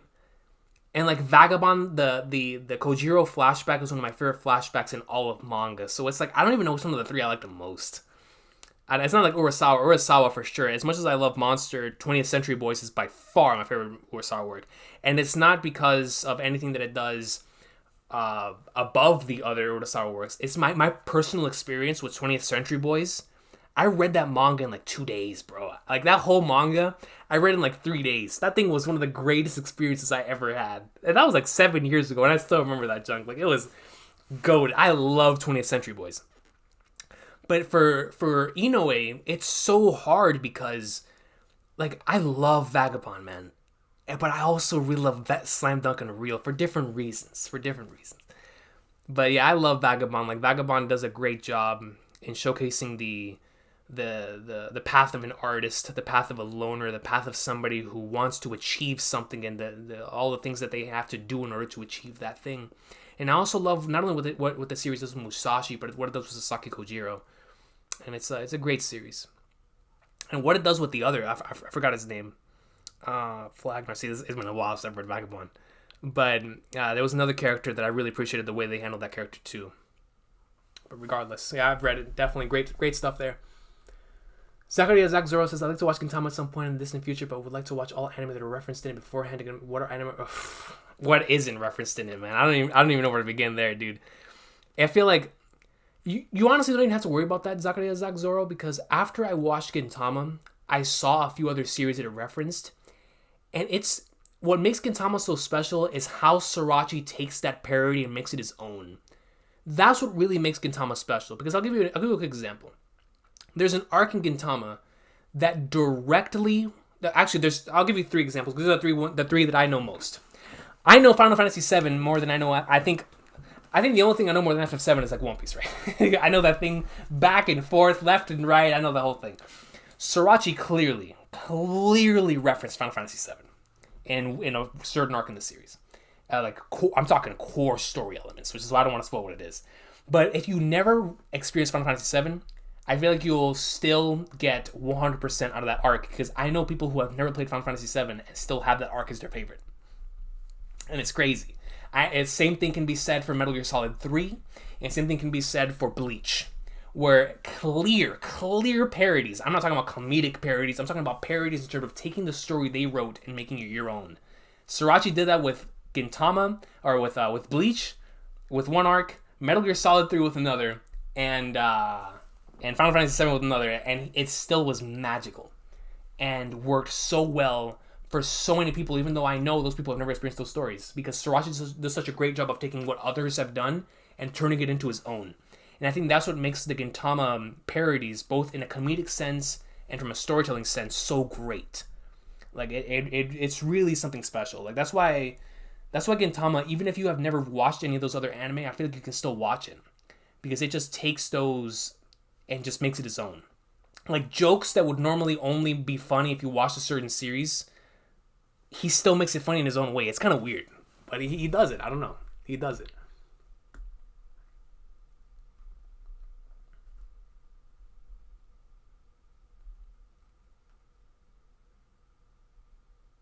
Evangelion. Final Fantasy 7 in games for me, yo, that's the flipping goat, man. Like FF7, Metal Gear Solid, either 2 or 3, Modern Warfare 2, and then and Breath of the Wild. Like I had in Halo 3, like I had like a solidified top 5 for so many years, right? And then Trails came in and said, "Wagate, like get out of here, son." And I still don't know what my favorite game of all time is. I know it rotates between those, but Trails came in and brought in like some of my favorite. It's just I don't even, because the things with Trails is that Trails comes in, right, and it's like One Piece, where One Piece is hard for me to pick a favorite arc because I love them for different reasons. Trails has at least bare minimum 6, actually maybe 7 S plus tier games, and three of them, I think I'd put them in my top 10. Like I wouldn't be able to take them out. Like three of them are just so legendary. I'm like, I have to keep them in the top 10. They're just that goated. They're like One Piece arcs in that sense. But the things with Trails is that, like, I don't know if because FF7 is a completed package. So I feel like, and same thing with Metal Gear Solid 2 and 3. So it's like, it's hard. I probably have to keep like one of those at number 1, but it's like your number 1 should represent your favorite series, right? So it's like, I don't know, man. I don't know. But Trails is on a different level. Shout out to Trails, man. Shout out if anybody's played Trails. I know Shadow and Laz and my boys in here played it. But yo, for people who played Trails, people who can pick their favorite Trails game, y'all are goated because, man, yo, I be swishing. I know my favorite character is reading Big Daddy Goatman Schwarzer, but when it comes to the favorite game, that's the hardest decision you could ever make, man. It's like, dang, dude, that junk is difficult. That junk is difficult, son. That junk is peak fiction.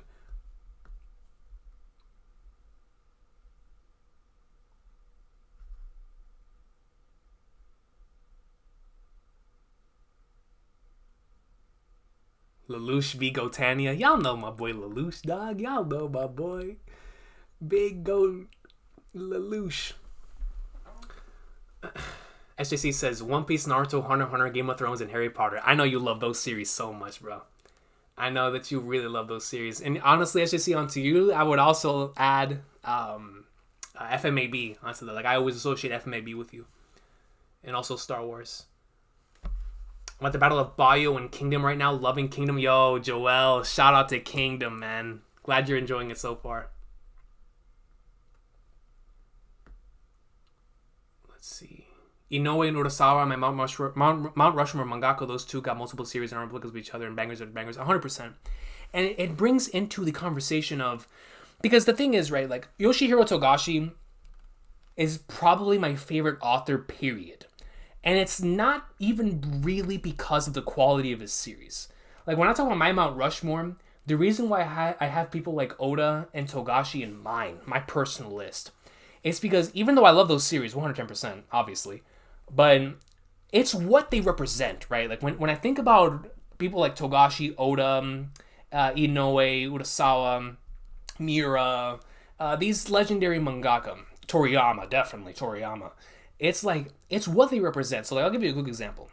One of the main reasons why I love Togashi and Oda in particular, I love how Oda took this one series, and he's like the representation of Luffy in real life. It is insane. You can see, all of his influences are just on his sleeve, and how he made all of those his own. And I love that so much, man. Like you get to see how he has taken so many different concepts and made those his own over the last 25 years. It is phenomenal. To one series!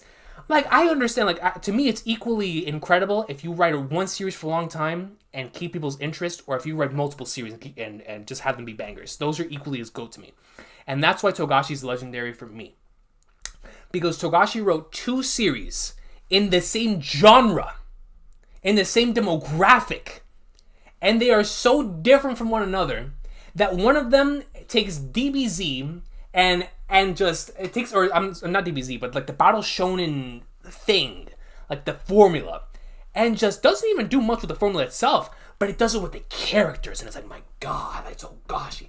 But then we get into Hunter x Hunter, and it's like, he takes that very same concept, and it's just like, and it just turns it on its head, and that's what I love about these mangaka, and the mangakas I consider to be Mount Rushmore, is what do they do with these series that, like, they have, and with the limitations that they had. And so, like, when you think about Urasawa and Inoue, one thing that's very cool about Urasawa's works is that all of them are consistent in terms of tone. All of them feel the same. You know how hard it is to make something feel tonally the same for one series? He has the same tone for like 5, and yet they're all different. Like, you read 20th Century Boys, Monster, Pluto, Happy, and you're like, Flagnards, these feel kind of the same, but they're all so different. Like, you have a world domination plot, you have a doctor and the dude that he saved, you have robots taking over the world, and what it means to be truly be human, and it's like, did Billy Bat, becoming a mangaka with a conspiracy, is like, yo, all these different series, and yet they're all just have that same tone, that same vision. Urasawa was a genius. I don't know how he does it. And then you have Inoue, which has 3 different series, which are all completely different. 2 basketball series, completely different. It's like, it's genius. I love these individuals. Then you have something like Kentaro Miura, who didn't have much to, in comparison to Togashi and Oda and Inoue and Urasawa in terms of chapter amount. So, like, he doesn't have the amount of chapters that any of the other individuals in my favorite mangakas list has. What Miura has, though, is that in what he gave us, it was all he needed to give us. I'm like, yo, in 300 and something chapters, you get to see so much of this man taking full advantage of his medium. All of the greatest creators, whether it be in movies, in TV shows, in manga, and whatever, all the greatest creators have one thing in common. They take full advantage of the medium they're in. There is no one that I have ever seen take full advantage of their medium in the way Kentaro Miura has. Kentaro Miura took manga and made it feel like a movie. Kentaro Miura took manga and made them feel like a TV show. Kentaro Miura took manga, and it's like, I don't know what he did, because when I read it, I'm like, it's like I learn something new every time I read Berserk as a storyteller, because it's how you do it visually, man, and that's what puts like those individuals, and then Akira Toriyama, it's how you take like the cartoony art style and make it your own. Like, we're talking about Akira Toriyama has Dragon Ball, Dragon Quest, and Chrono Trigger under his belt. 3 different properties that are completely different from one another, and yet that art style has kept them tonally and consistently the same for all these years. One dude. Akira Toriyama is a legend, man, and what he did in terms of simplifying everything to its core and still having everything be so phenomenal. Because, like all of the other ones, I give them complete props for the complexity of their stories, the complexity of the character arcs, how they tell their story. It's just so genius. With Toriyama, it's how can I make this simple? It's the John Madden, God rest his soul. The John Madden. Why was he the greatest football commentator of all time? He made everything simple for every single person to enjoy. Dragon Ball, Dragon Quest, Chrono Trigger. You give any of those games to somebody who's 5 years old, 10 years old, 20 years old, 30 years old, 50 years old, whatever, they can all enjoy it. They can all enjoy it because Akira Toriyama created what would be like a Pixar film, but in manga. Dragon Ball. My brother was, I think it was 6 when I first got into Dragon Ball, and I was 20 or I forgot how old I was. But however it was, we had a massive age difference. My brother and I have a big age difference between the two of us. Whenever Dragon Ball Super was first coming out, I forgot how old he was, but that was a series that both of us enjoyed equally. Like, we loved it so much. Why is that? Because Dragon Ball is a series that can be enjoyed by anyone from any type of generation. And it's so dope. That's genius. That is masterful. That is its own type of genius. When you have a series that can be enjoyed by somebody that's like 100 years old to 10 or 5 or 50 or 30. That is incredible. That's absolutely genius. And that's why I love Akira Toriyama and all those mangaka. But, man, dude. Absolute greatness. Give me 1 second. I'm going to do another quick bathroom break. I'll be right back.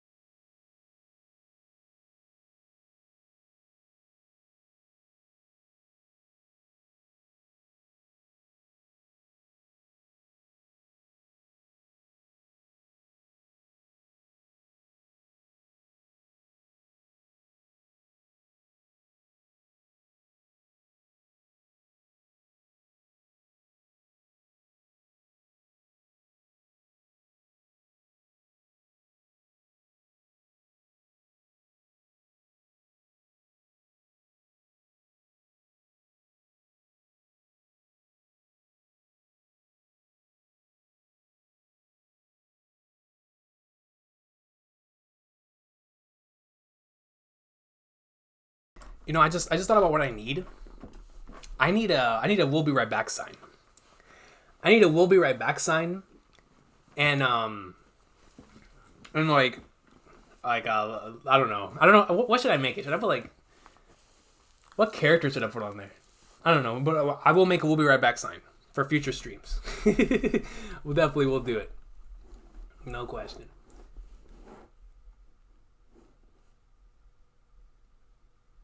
Thank you, Shadow. Thank you for putting the full list for catching up the trails in the comments. Shadow put you get the list to Wither Jockey. So if anybody wants to get into trails, that is the list that you need to go in. Is that one right there? Or at least the proper order. If you want to, listen, I'm not a gatekeeper. I don't care where you start.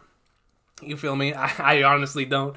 But if you want the best out of the best experience, and I'm not just talking about trails, I'm talking about any story, you got to start from the beginning, especially in a long running series. Like, because when you start from the beginning of how something was released chronologically, you'll be able to get the full grasp, the full context of everything when it starts hitting. And as One Piece fans, all of us One Piece fans here, we understand that, like, if somebody starts off at Water 7, it's not going to hit the same.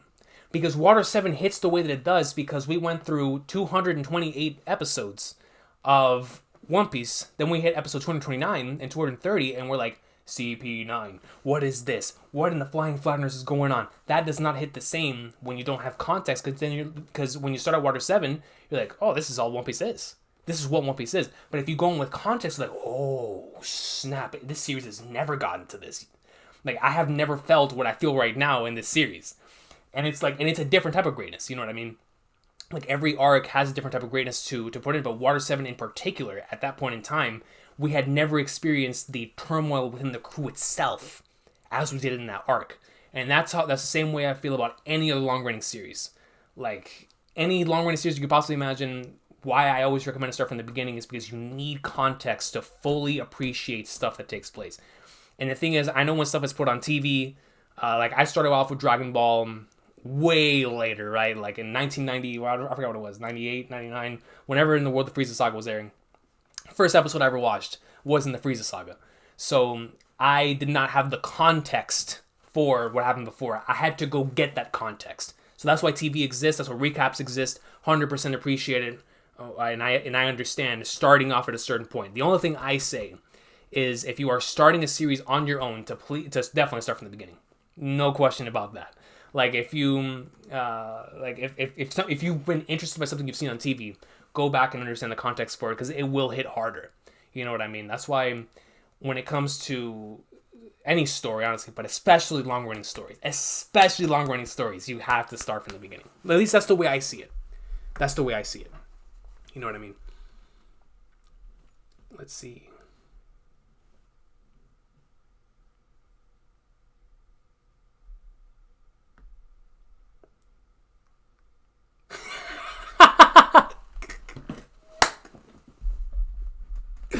Yo, y'all are tripping. King Pecan CP.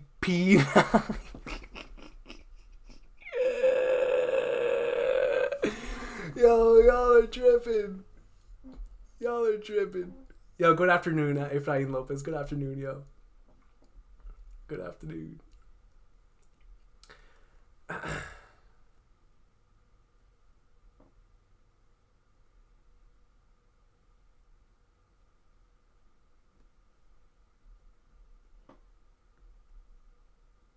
One thing I love about how Togashi wrote Hunter x Hunter is that it feels like an entire franchise with multiple entries in it. Yes, I agree. That's something I really love about Hunter x Hunter as well. Yo, by the way, for anybody in here who loves Hunter x Hunter, follow Angry Shadow on Twitter. His name is @HollowAvenger. That man be putting up some banger Hunter x Hunter threads. That if you are in need of Hunter x Hunter content, as all of us are, that man got you. So shout out to my boy Shadow for providing that. Araki too, absolutely. I should have mentioned Araki. I thought I did, but yeah, he being I feel the same about Araki as I do with Oda, where keeping one series consistently fresh for so many years is so hard to do. So he truly took the game to the next level. And the thing is, he started off creating something that was supposed to be like a Fist of the North Star parody of sorts, right? And look at where he took it. It's insane. Absolutely insane.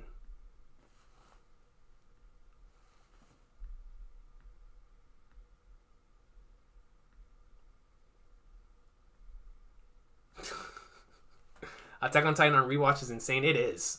I did not truly appreciate Attack on Titan until I rewatched it and went through it again. So good.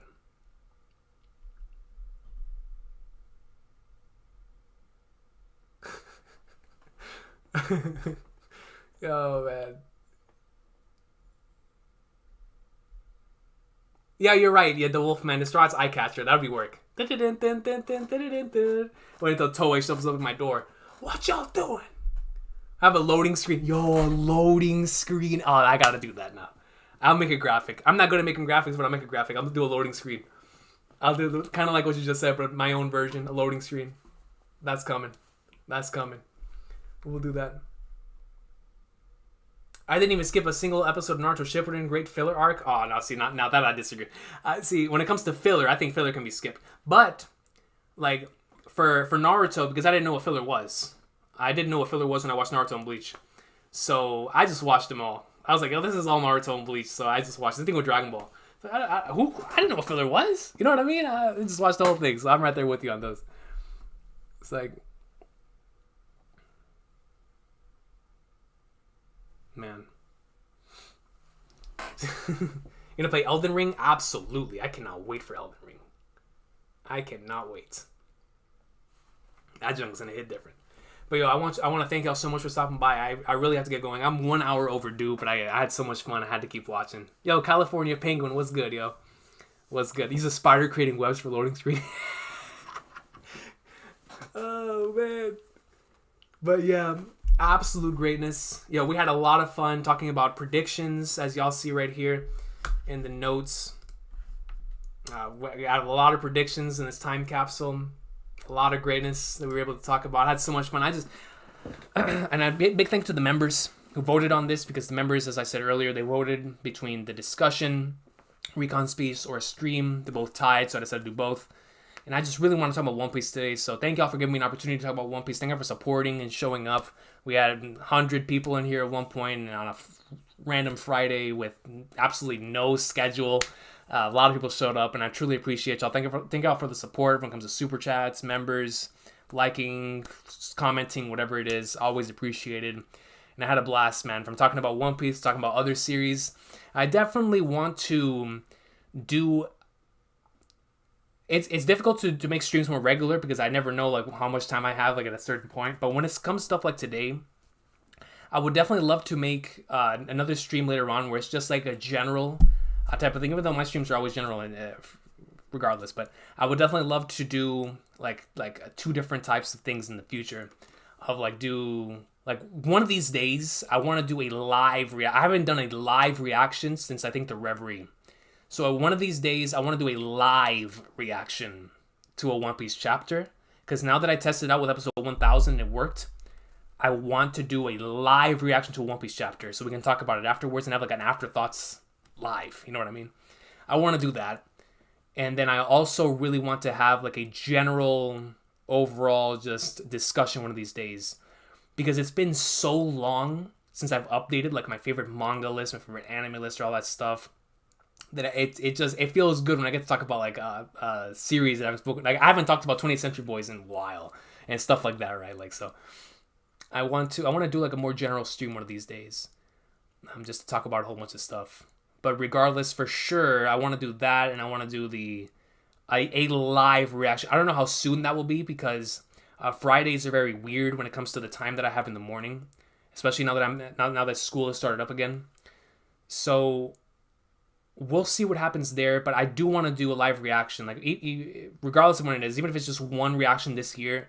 I want to do a live reaction. You know what I mean? Like I want to go King of Lightning style on here doing a live reaction. So I want to see if that's going to be possible, and I want to know how how that goes. Like, I just want to see how that goes. But regardless, we'll see. We'll take care of that when the time happens. But I want to thank everybody for stopping by. Yo, had so much fun, bro. This was just a blast. You know, being able to talk about greatness and going like somewhere. And I appreciate, like I said, everybody who stopped by, because this was in the middle of a Friday, and so I know y'all are busy. So I appreciate y'all. The stream name is The Will of P. The Will of P, baby. So now when people bring up The Will of P, you think about Pound, or you think about Pedro, or all that stuff. Nah, man. You think about the King Recon stream. Oh, man. But I appreciate y'all, man. Oh, man. But, yo, Laz, definitely, dog. Laz, we're definitely going to work on some stuff later on in the year, no question. As soon as possible, honestly. And yo, Joe was another individual that 110%, if you guys are looking for One Piece theories, definitely check out my boy's Twitter. He's constantly posting threads, some really eye-opening and just great stuff to ponder and think about. So shout out to my boy Joe. Hopefully one of these days I can get Joe on the channel. I need to figure out the whole collaboration thing on my computer, because on the laptop that I used to have, I would just do Google Hangouts, but Google Hangouts doesn't exist anymore. So now I got to figure out how to do collaborations again, just recording my own screen and stuff. But we'll figure that out, because I do want to collaborate. I used to collaborate all the time, and now I feel like I barely do it anymore. So I definitely need some more of that this year as well. But yo, y'all have an awesome day. Thank you so much for watching. Peace out. Greatness has been spoken. Y'all have a good one. The Will of P. Never forget the Will of P. Take care.